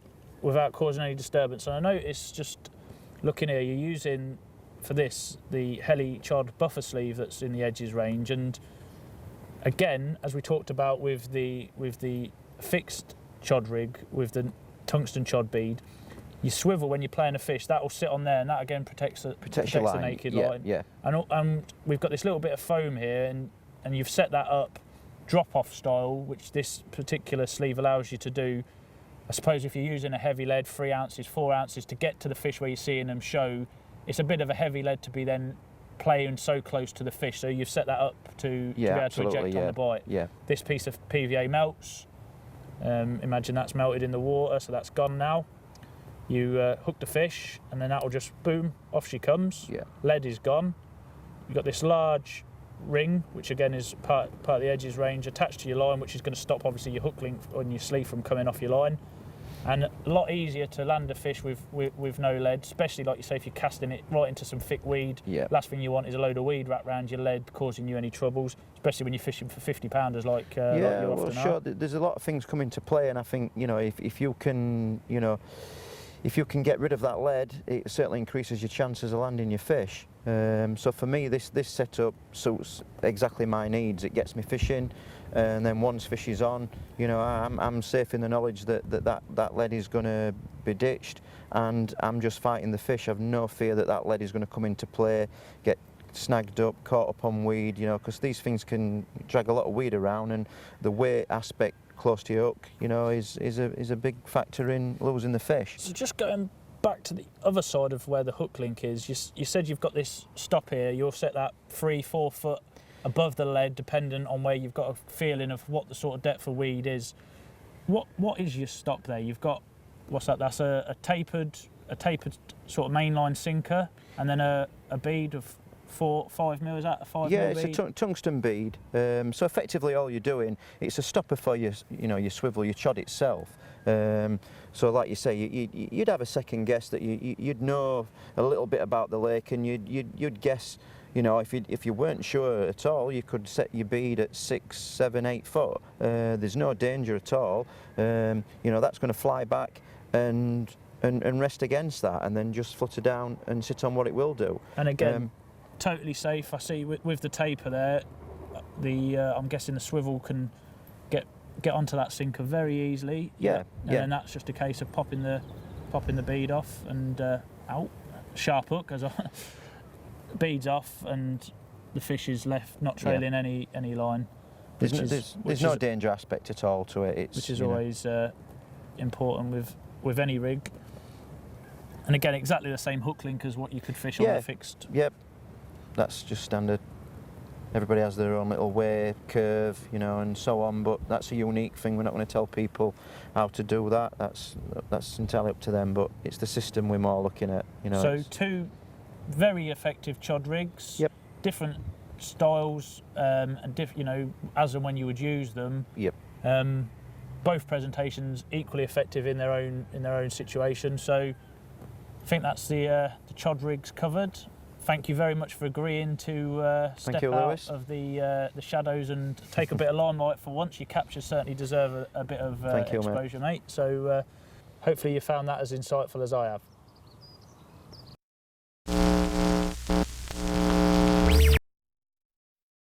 What an incredible catcher of a truly special carp. Now, there can be little doubt of the impact that the chod rigs had on carp fishing over the last few years. And Scott, you've developed our heli chod buffer sleeve and chod bead, haven't you? Sure have, mate. Yeah, and you've incorporated one wonderful little trick that makes this system ultra safe. Yes, mate. Well, during the injection moulding process, we've created this little hole at the top of the chod heli buffer sleeve and also on the chod buffer sleeve itself. Now, this allows us to fish the helicopter or the chod style beads with a drop-off lead. Basically, there's a couple of times where I'd use a drop-off lead. Now, if you only want to lose that lead should the fish become in contact with any snags or anything, what we've done here is I've created like a little loop. Basically, this one's made out of lead core, so I've spliced a small loop in the lead core and I've tied it to a large O-ring here. Basically, what we shall do is we take a needle and put it inside the hole, as you can see there, and push it out the bottom of the bead. And taking the lead, we'll slide the lead onto the lead core spliced loop, like so, and then take the loop with the baiting needle back through the hole on the buffer sleeve. So we've just got to carefully pull everything through together, keeping the line taut and the little loop itself. And as you can see, I'm just going to pull it through there. So we've now got the little loop through the top of the buffer sleeve. So what we're going to do now is just take a little tiny piece of PVA nugget, roll it into a tiny little cigar, nice tight cigar, and then we'll push it through that little hole, that little loop there. So as we push it through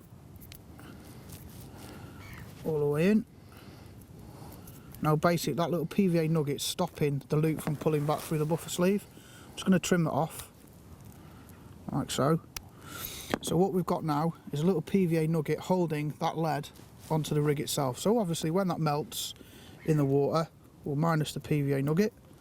Okay, and now should that fish contact any big snags or nasty things like that, basically the line can pull through and pop the lead away. Okay. So, but also what you know, I'll come to occasions where I want the fish. If I'm using big leads at range with helicopters or chod beads, we use the same style system, but I want it to come off easier. I want it to come off when the fish picks the lead up, so it shakes the rig and it drops the lead straight away, and then the fish can come up away from the snags.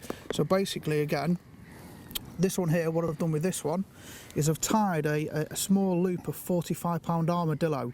Now this is a lower diameter than the loop on the lead core, so it allows the loop to pull through the hole easier, and therefore you won't need as much resistance for it to come through. So again, just pushing the needle through the hole. On this one is the heli-chod buffer sleeve, and then we'll just slide the lead onto that little loop. Bear with me on fingers and thumbs. And then again, we just want to pull this back through using the latch on the needle. Okay, you want to pull it back through the bead and out the top she pops. And again, just open that little loop up. And the same again, you put your little PVA nugget inside there. Now obviously when this PVA nugget melts on the bottom, because this is a lower diameter little loop, it pulls off easier.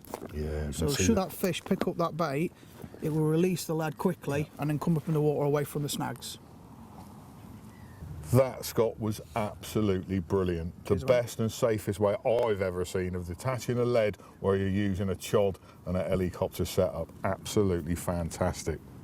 Now, we're off back with Mr. Pitchers, who's venturing onto a water he's never ever seen before. However, like all good carp anglers, he's done his homework and he's found out that zigs are the way to go. Well, I've just made the long drive down from my Teesside home to here in Bedfordshire, where I've come to do a 24-hour guest session on a syndicate that I've got my name down on. The owners, Keith and Jordan, have very kindly given me permission to have a bit of a try before you buy scenario. So I've got 24 hours ahead of me. I've already been for a walk around the lake.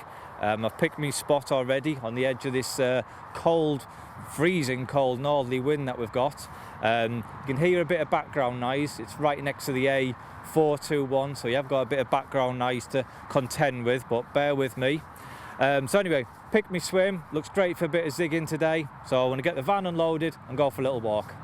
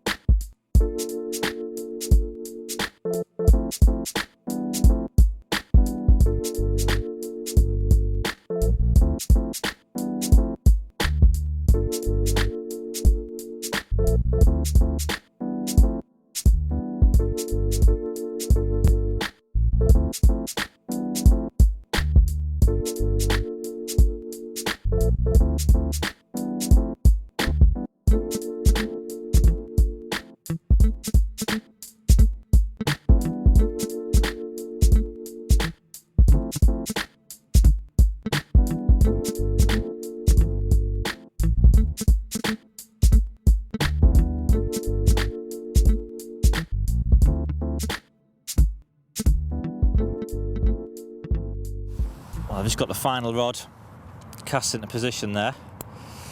Just tightening the line up so it's absolutely springboard tight. That really does greatly improve the bite indication, because I'm fishing with long hook links, because the fish have got so much room to manoeuvre. They've got that sort of long, that big arc in which they can move around. By having the line as tight as this, as soon as that lead moves, it's transmitted back as an indication. So there you go, that's really tight now. Got a good plumb round in the swim and found an interesting feature. Got a gravel bar which comes up to about 14 foot of water, and either side of it's about 18 foot.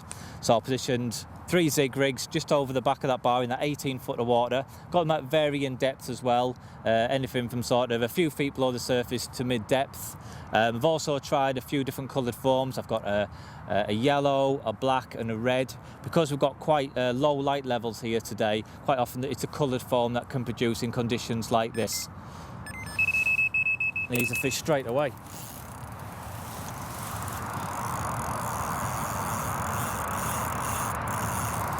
It isn't actually that unusual. If you can present a zig right in the faces at a depth in which they are sat and the depth they feel comfortable, quite often you can get takes very, very quickly indeed, as I've just shown here.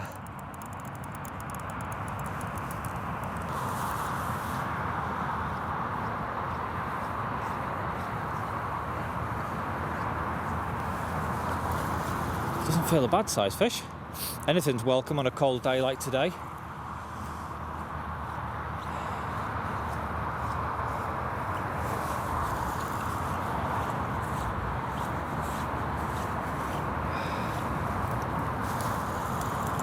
He's half kited.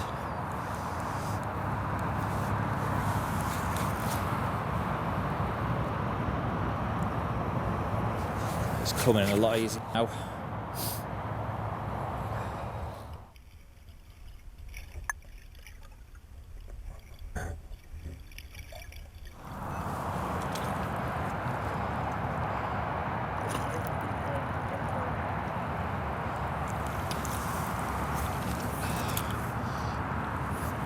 We got him.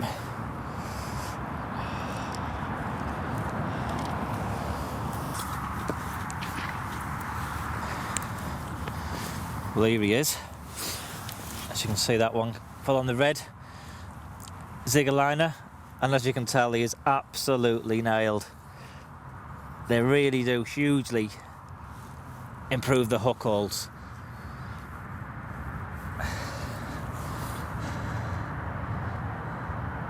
There he is. Probably about 10, maybe it's 11 pounds. Not a big fish, but on a cold winter's day like this, certainly very welcome. And a very nice start to the session too.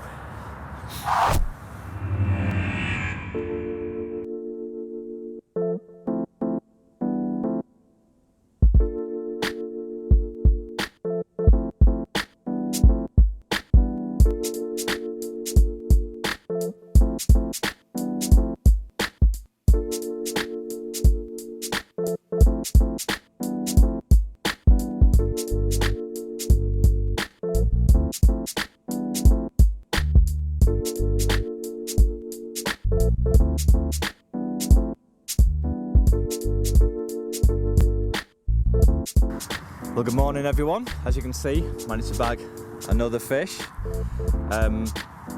This fish actually came just before it got light, about 5 o'clock this morning. It was still pitch black, and it really does expel the myth that zigs only work through the day.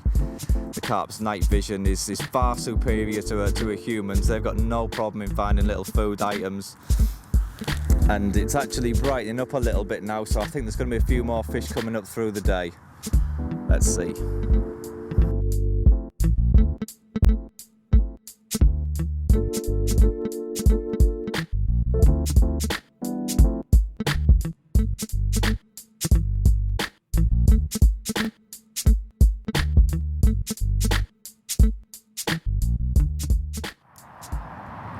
Well, we're in again. It's a left-hand rod that's produced this time, and this will be the second fish if I land it on the black foam. Now this fish does actually feel a bit bigger than the past two. The past two have both been the new stockies that have gone in, but this one does feel a bit more sizable.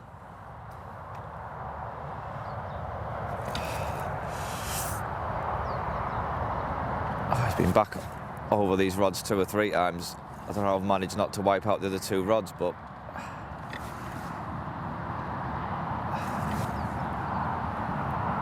I'm trying to work out where he is.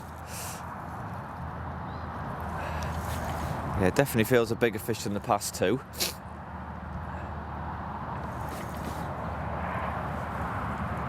Oh, here we go.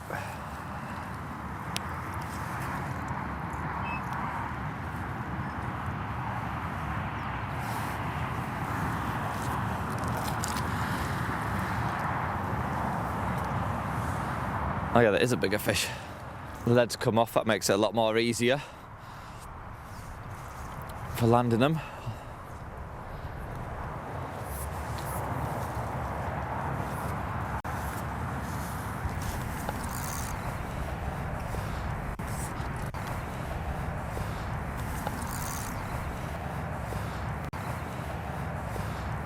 And there we go, we got him.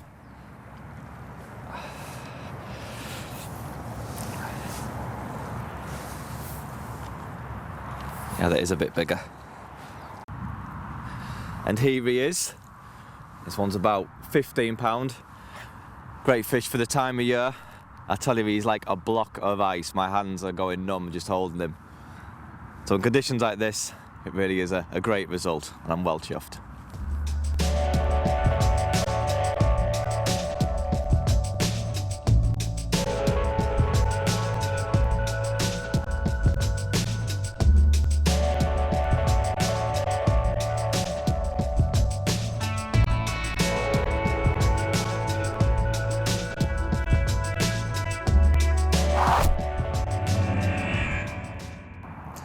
Well, so far this session you've seen me using the zig aligners, and you might be wondering why I'm choosing this particular setup over a more traditional standard zig rig. Well, there's several reasons actually. First of all, if we take a zig that's been tied on a hook with an in-turned eye, you can see how narrow the gape is. The way the line exits creates a really narrow gape, and that does massively impede the hooking potential of the rig. And in complete contrast, we have the zig aligner, and because of the aligner sleeve, the line exits higher up the hook and the gape is increased massively, so the hooking potential is superb. The next reason is when we tie up a zig like this on a knotless knot, the way the line exits the hook from beneath. But when we're using the fine diameter lines that are often associated with fishing zigs, these lines can become damaged by the eye of the hook. And in complete contrast again, with the zig aligner, the hook's tied on either with a grinner knot or a Palomar knot, so the line isn't exiting from beneath the eye, so the line won't become damaged at all. And also, when the line comes out of the sleeve, it does so by the soft rubber, so the line is protected. Now, the line I use when I'm tying up my zigs is a zig and floater line. And the reason I like this particular line is it floats very well, and also has an incredibly high breaking strain for its diameter. Right. The hook I'm using is the triple SP pattern. That's a short shank straight point. I'm using it in a size 10 here. I'm going to tie it up with a Palomar knot. And we thread the line through the eye and then back through, like so. And then with the loop we tie an overhand knot.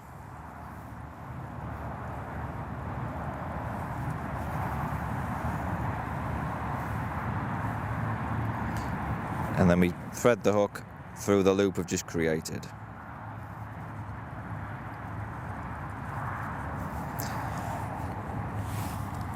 A little bit of spit, then pull it all down tight. And when you tie this particular knot, you don't get any sort of crinkles in the line. It doesn't damage the line at all.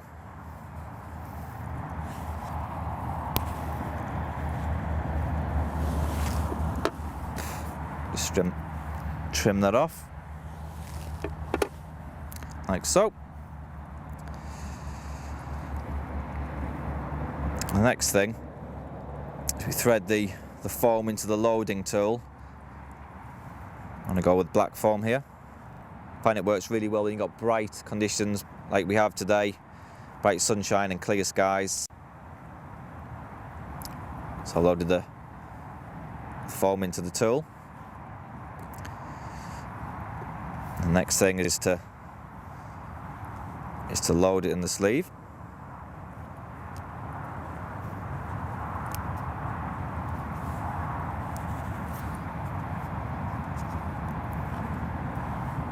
Like so, and just trim it down.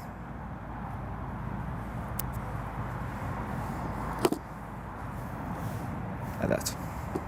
Then it's just simply a case of sliding the zigger liner down the line and over the hook. Just wet it a bit first.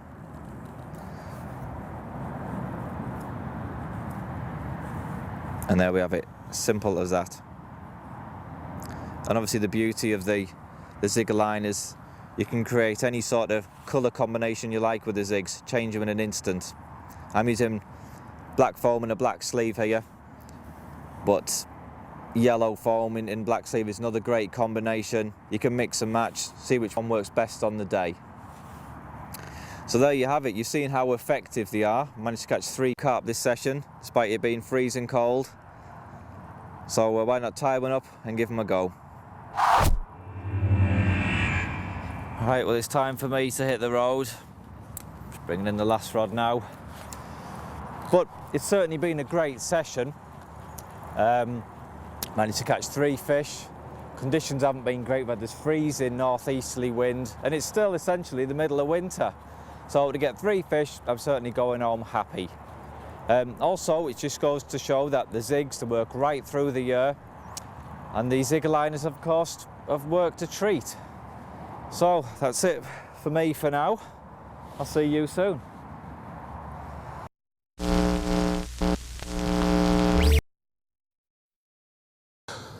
Pictures producing the goods once again and showing the effectiveness of the clever little zigger liner. This March has been cold and miserable, the worst that I've experienced in a time when the carp simply refused to play ball. One man, however, took advantage of a couple of situations during March, top hauler Mark Bartlett. We join him now 2 nights into a bitterly cold session when 1 or 2 bites would have been a major result. Well, it's absolutely freezing. We're at Sandhurst Lake in Hampshire, trying to catch ourselves a couple of carp, and we've actually managed to get one. 6 o'clock in the morning. Just received a take on the left-hand rod. I've been here for a couple of nights now. I've managed to bag 8 fish so far. I wasn't expecting much action, to be honest. With the temperature, the ground's solid, the unhooking mats are frozen, but we're into a fish. The fish at the minute, they're not actually feeding properly. Just sat out in the middle of the lake because due to the water being so cold. So what we're doing is we're fishing zig rigs out into the middle of the lake where the fish are just sat mid-water, and every now and again a fish is picking one up out of curiosity and making a mistake, which bags us a fish.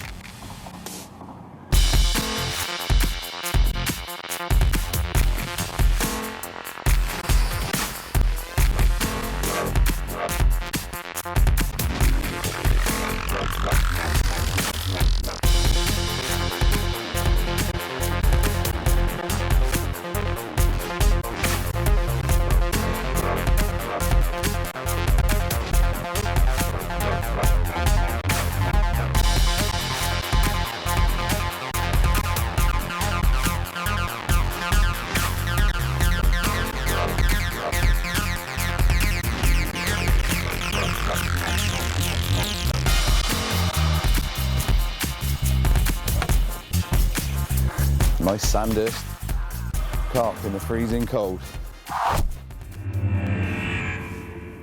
I've unhooked the fish and got it residing in the net, just in the margins. It's absolutely perfectly fine. And before I get my camera out and we have a look at the fish and take the pictures, I'm just going to pop my rod back out, because more often than not, this time of year, where there's one, there's more. They all huddle up together, they follow one another around in the lake. So it's well worth getting your rod straight back out, because you could have another bite within minutes. So I'm going to do that, and then I'm going to show you this fish that I've caught.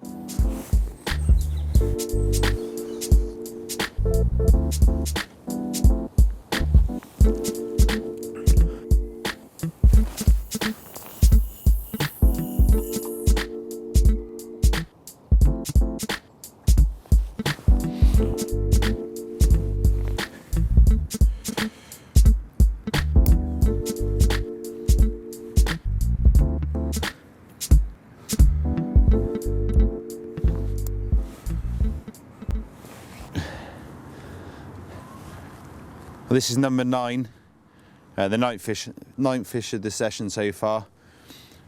A little mirror, 19.5 pound this one, but nonetheless it's a stunner, as you can see. I don't know if you can see actually on the fish, but there's a couple of leeches just on his gill cover there, and this is due to the reason because the water's so cold at the moment still. The fish, they're not really responding to food, and they're just waking up. Hence the reason why the best tactic to catch these fish has been the single hook baits and the zig rigs that we've used. You can also tell the fish is not at its full weight yet, but when the water warms up, these fish, they'll definitely get on the munch.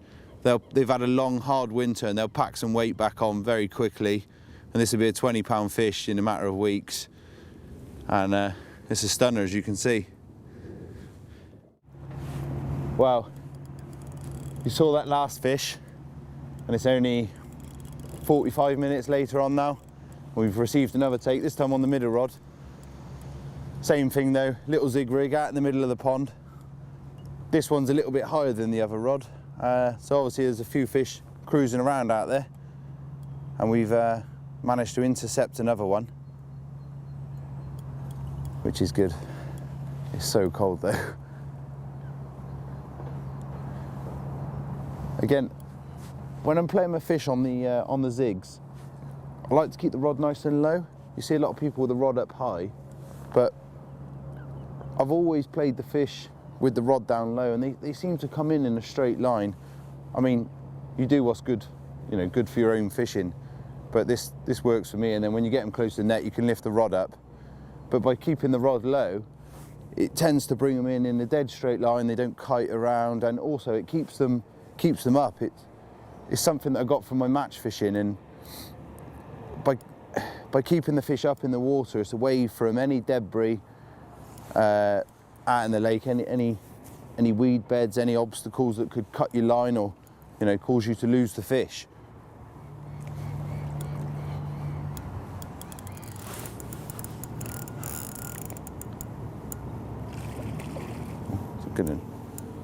It's a good one.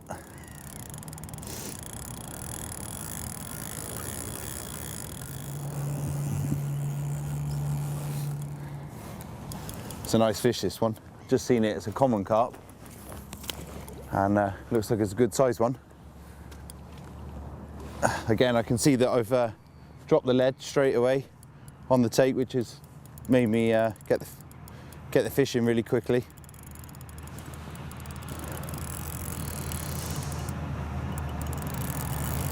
It's putting up a good scrap as well.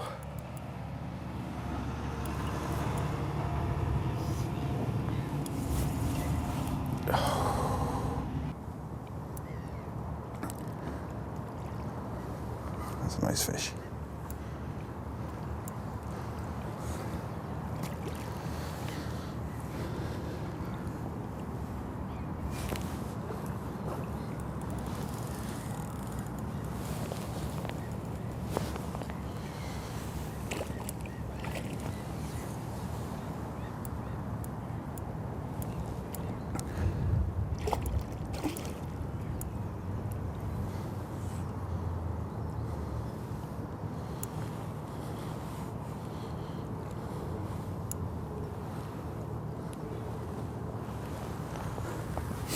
Happy days. That's a nice fish.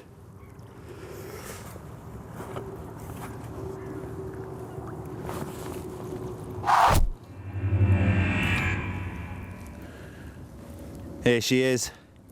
25 pounds 6 ounces of Sandhurst common carp. What a stunner. Put up a real good scrap as well. Used every bit of her weight to bully me around a bit. What a beautiful fish. What we'll do is we'll put this one back, and I'll show you exactly how I've been catching these carp over the last couple of days. So you know, so you can get out and get there, bag yourself a beauty like this one.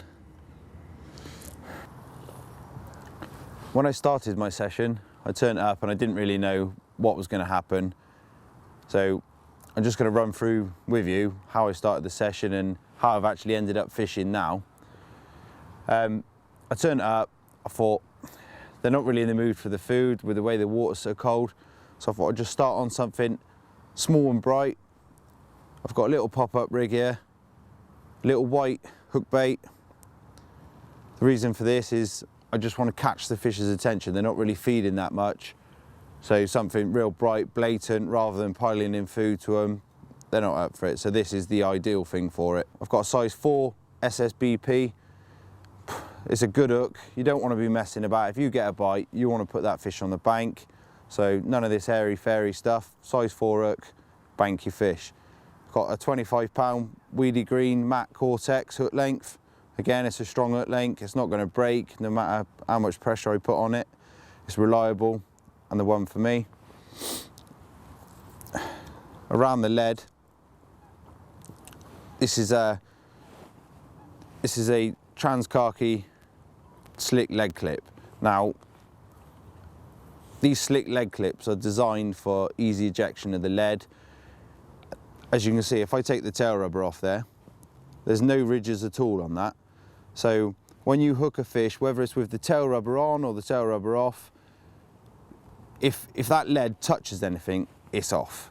There's no messing about, and especially in a venue like this, as I said earlier, with the big fish stock, you need to be putting every fish on the bank. You don't know when you hook the fish exactly what's on the end. It could be 20 pound, it could be 45 pound. So it's important that you bank every fish. So these leg clips are really designed for this. These leads can come off. I mean, one tip is, I wouldn't mess about with light leads. I use 3 3/4 up to 5 ounce leads for all of my fishing. This helps with setting the hook. It's a big hook. You want to, drive it home. And with the decent sized lead, this happens every time. There's no messing about. And also it helps with the ejection. Again, a heavy lead, you've got the bolt effect and the lead's off. The lead's out of play and it's just you and the fish, no other obstacles. Obviously, just to offer a bit of protection for the fish and also just a bit line concealment if you're, a fan of that. This is the dark camo leg core.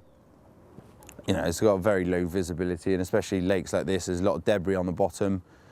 This is going to help, and also it's 45 pound as well, so it's a good breaking strain. It's going to be very abrasion resistant. If your fish is coming into contact with any snags in the lake, this is going to offer you the best possible chance of not being cut off at all, and it just aids with all of the whole rig situation really. So that's the rig that I started on anyway, and I managed to catch a couple on that before I switched over. And I switched over to a zig rig. I caught 2 fish, but I just felt like it wasn't right, and I decided to put 1 rod out on a zig rig. I just felt like the fish were cruising round, as often in the winter they do. They're just milling about, not really feeding. So I popped out a little zig rig, and well, it was a matter of minutes and I've had a take straight away. So it was clearly a right move. And that's how I caught the last 8 fish.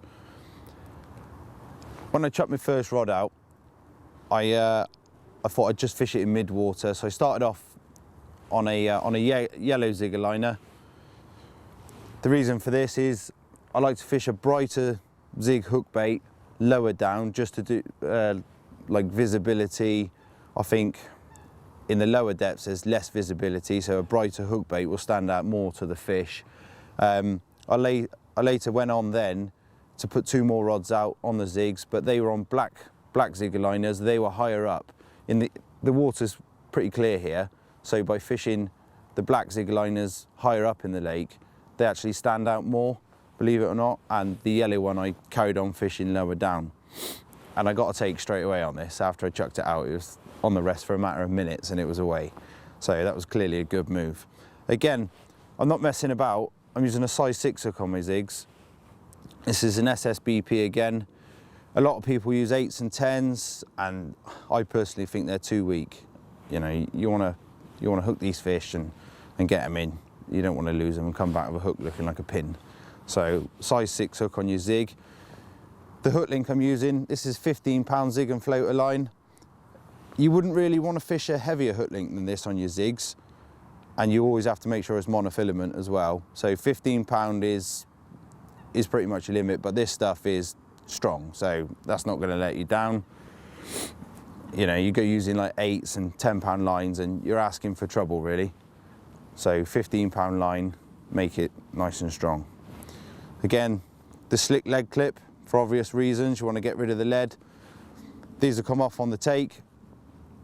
With the zig rigs, the main problem is when you're playing the fish in, and due to the length of the hook length, especially if you're fishing deeper venues, the lead causes the problem.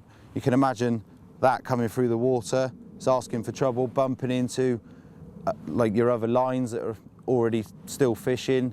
So the lead comes off, you're not going to catch your other lines, you're not going to have the lead swinging around when you're trying to land the fish. I've got a bite at the moment.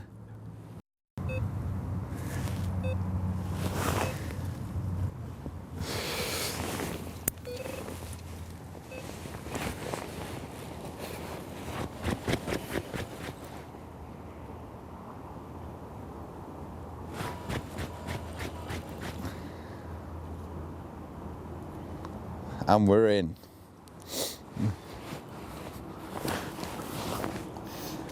It's always the way.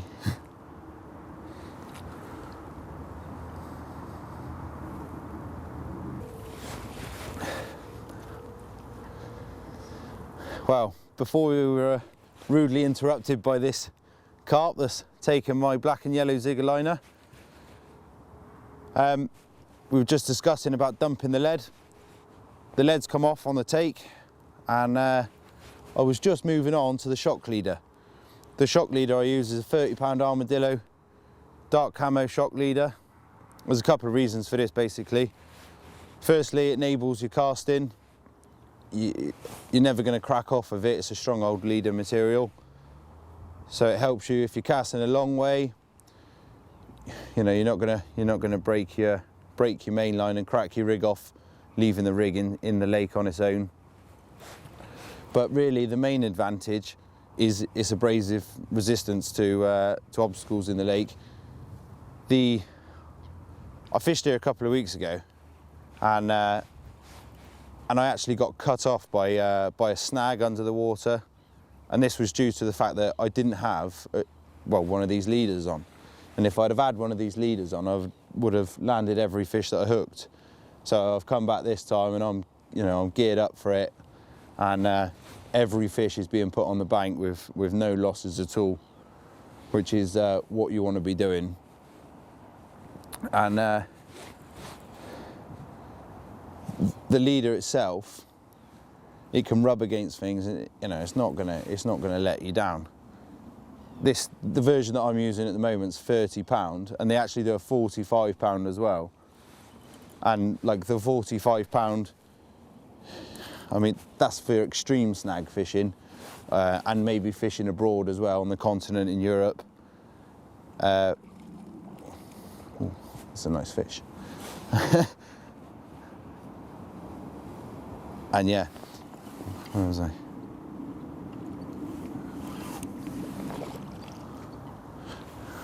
That's a good fish. I just grab a net. So yeah, I can hear the shock leaders just come onto the rod, and you only need around 20 feet in length of shock leader. You don't need a lot of it. Once you've got a decent drop between your tip and where your lead would go, you'd only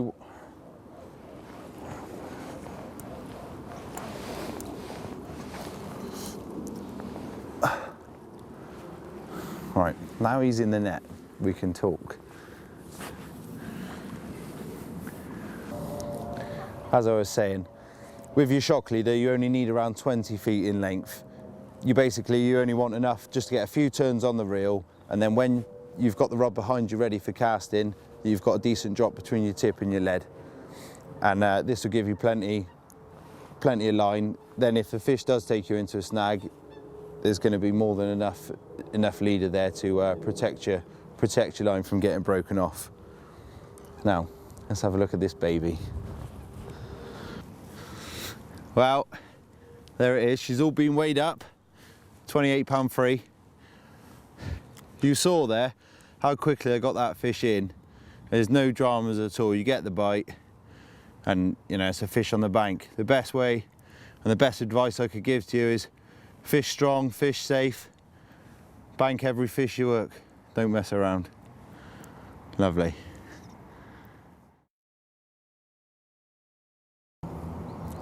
Morning. Last night you saw us have that 28 pound mirror just before it got dark. Since then we've had no further action. Just after we caught the fish, the skies tended to clear up a little bit, and last night it went mega cold. I'm glad I was tucked up in my bed with my hot water bottle and I didn't have to get out for a bite, to be honest. Just want to show you how cold it was.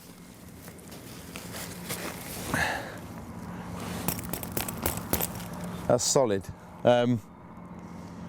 Yeah, so I was glad I was all tucked up nice and warm. But hopefully, with the way the weather is now, it's quite good for zigs really. Clear skies, nice little bit of sunshine breaking through this morning. So hopefully we'll have a couple more chances to slip a few fish on the map before we shoot off later. So we'll give it a go.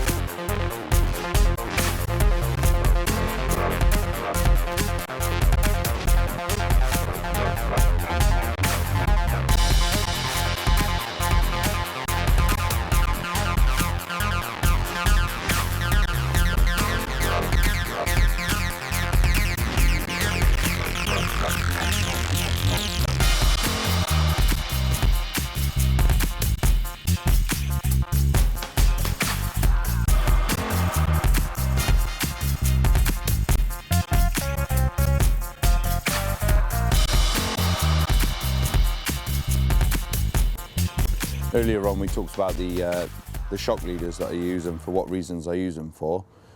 If you think that they're complicated to put on your rod and that, they're not. They're quite simple really. It's just a grinner knot one way and a grinner knot the other way.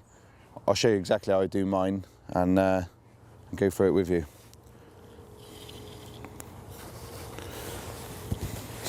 Just take your shock leader and obviously you've got your main line here. All you need to do is lie the two up against each other, one going one way, one going the other. Take your shock leader first, make a nice loop in the shock leader next to the main line, and then simply go through the loop and around the main line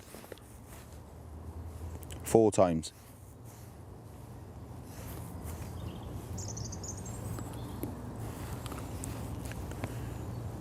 Gently pull that tight.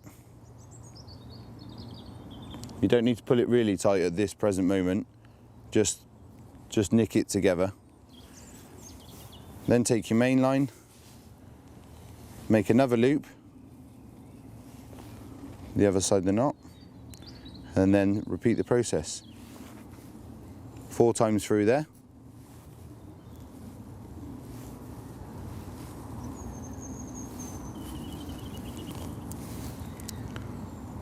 Pull the knot nice and tight, and then you'll see the 2 knots together. Then all you need to do is pull them so they meet there, and then tighten them up with either end of each knot, just for a bit of added tension. And you can see that those knots aren't going to slip and they only pull against each other, make it stronger anyway. Nick off your tag ends and then just wind up through the rod, down to the reel, 3 or 4 turns on the reel, and then cut the leader off next to the spool when you've chosen how much drop you want from your tip to your lead, and that's it, done. Tie your rig on and fire it out in the pond and catch a big one.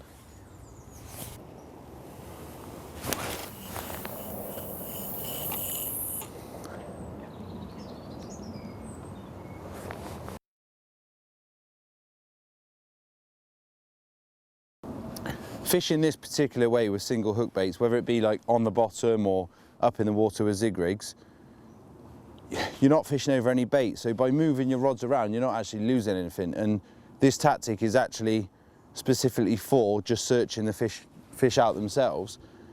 And I've sat there for a couple of hours since the last fish that you saw us catch and no bites. So I've just started to recast my rods. I've done the left-hand rod, just moved that slightly more to the left. The middle rod, I just let a couple of more rod lengths of line off, clipped it up and chucked it a bit further, closer to the, I know there's a big weed bed just beyond where I'm fishing. And I put that rod on the rest, just started to wind my third rod in to cast it out into a different spot, and the middle rod's ripped off straight away. So, so with this particular tactic, when you're not actually feeding any bait at all, it's well worth moving your rods around and actually using the rods to search the swim out rather than using your bait as a feature. And as we're not using any bait, it's done the damage and got us another bite just by changing a couple of rod lengths further, and we've got another carp on the end of here.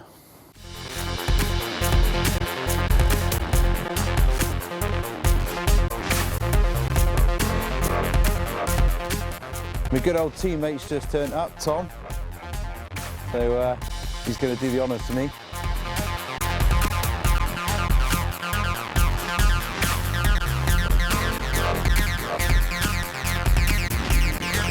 Well done, man. Another stunner. Lovely fish.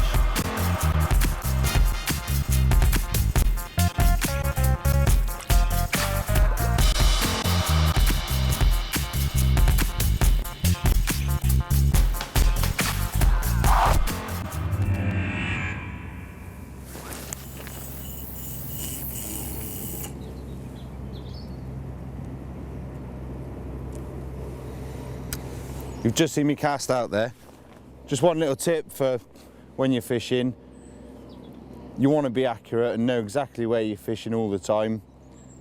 And what I've done here is I've actually clipped my rods up to a certain distance and I've put a marker on the line. So I know that I can get the rod, once I've caught a fish, right back on the same spot and try and catch another one. All you need to do is just, when you find your spot with your marker float or whatever you're doing, make sure you remember the tree or the telegraph pole or lamp post in the horizon for you to aim towards it. And then using two sticks 12 foot apart, you can wrap your lines around it and you count how many times it goes around the sticks. You can then clip that up on your spool. So when you cast out into the lake towards your marker, that's going to stop the line at exactly the right position. And once you've hooked a fish, obviously you're not going to know where that is. So using the marker elastic, which I tie on the line, I actually use two pieces just a short distance apart, and then that'll tell me if the elastic's ever slipped. So just to reassure me rather than me worrying and checking, and you know, it's just reassurance really. And this enables me to get the rod back out into the lake on the same spot every time with no dramas, and you're fishing instantly, not thinking, oh, where have I just put that rod, and worrying. And then you're on the money, ready for another one.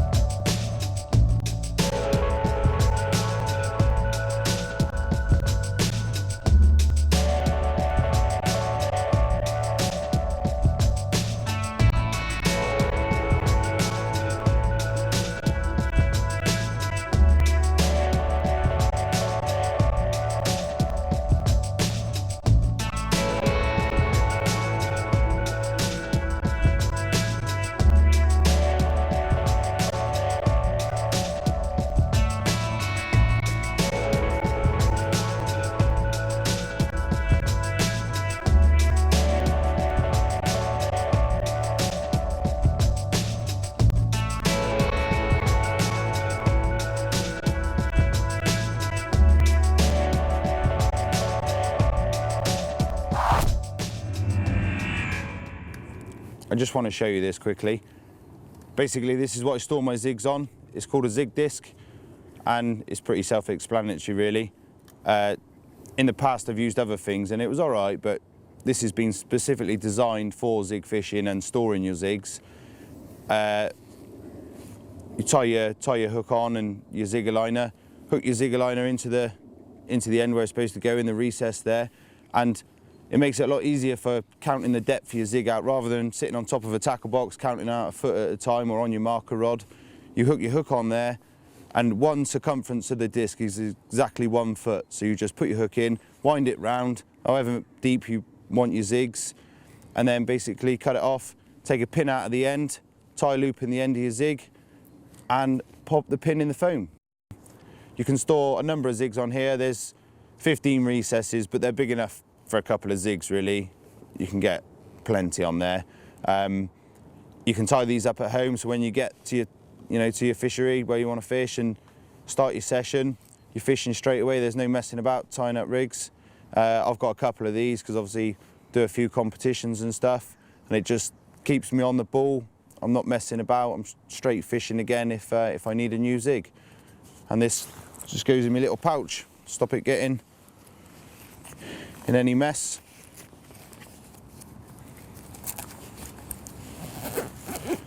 Pop that in your bag. Job done.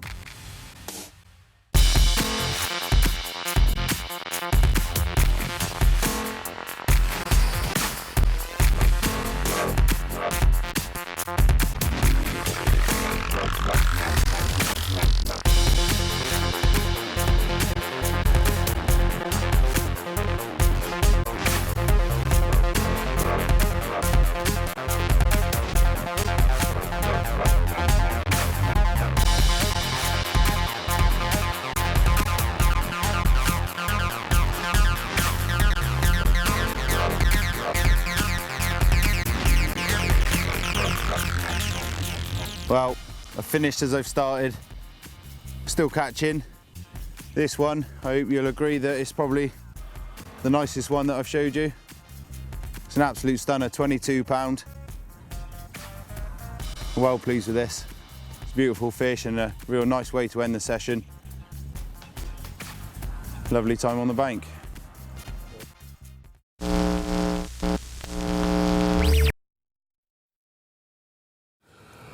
Mark Bartlett making things look way too easy. And there's someone else here who's had a bit of a result. Scott, that is a cracking mirror. How big is it, mate? Cheers, mate. 3110. And what setup did you have that on? I had it on a helicopter setup with the Illusion, fluorocarbon as a little leader, and the Camouflage soft. Absolutely fantastic result, mate. Minter. And that brings us bang up to date. Over the last 6 months, over the most horrendous winter that I've ever endured, we've put a whole host of tackle through its paces at a variety of venues, and under the most challenging of conditions, it's always produced the goods. Producing products that we want to use in our fishing is a painstakingly slow process, a process that you've only seen a fraction of right here. By taking our time and ensuring everything is spot on, we can guarantee that the Edges range is going to put more carp on the bank for you. We can only hope you enjoyed this footage, and the edges you've gleaned along the way you can employ to good effect in your own carp fishing. So from everyone at Fox, take good care and tight lines.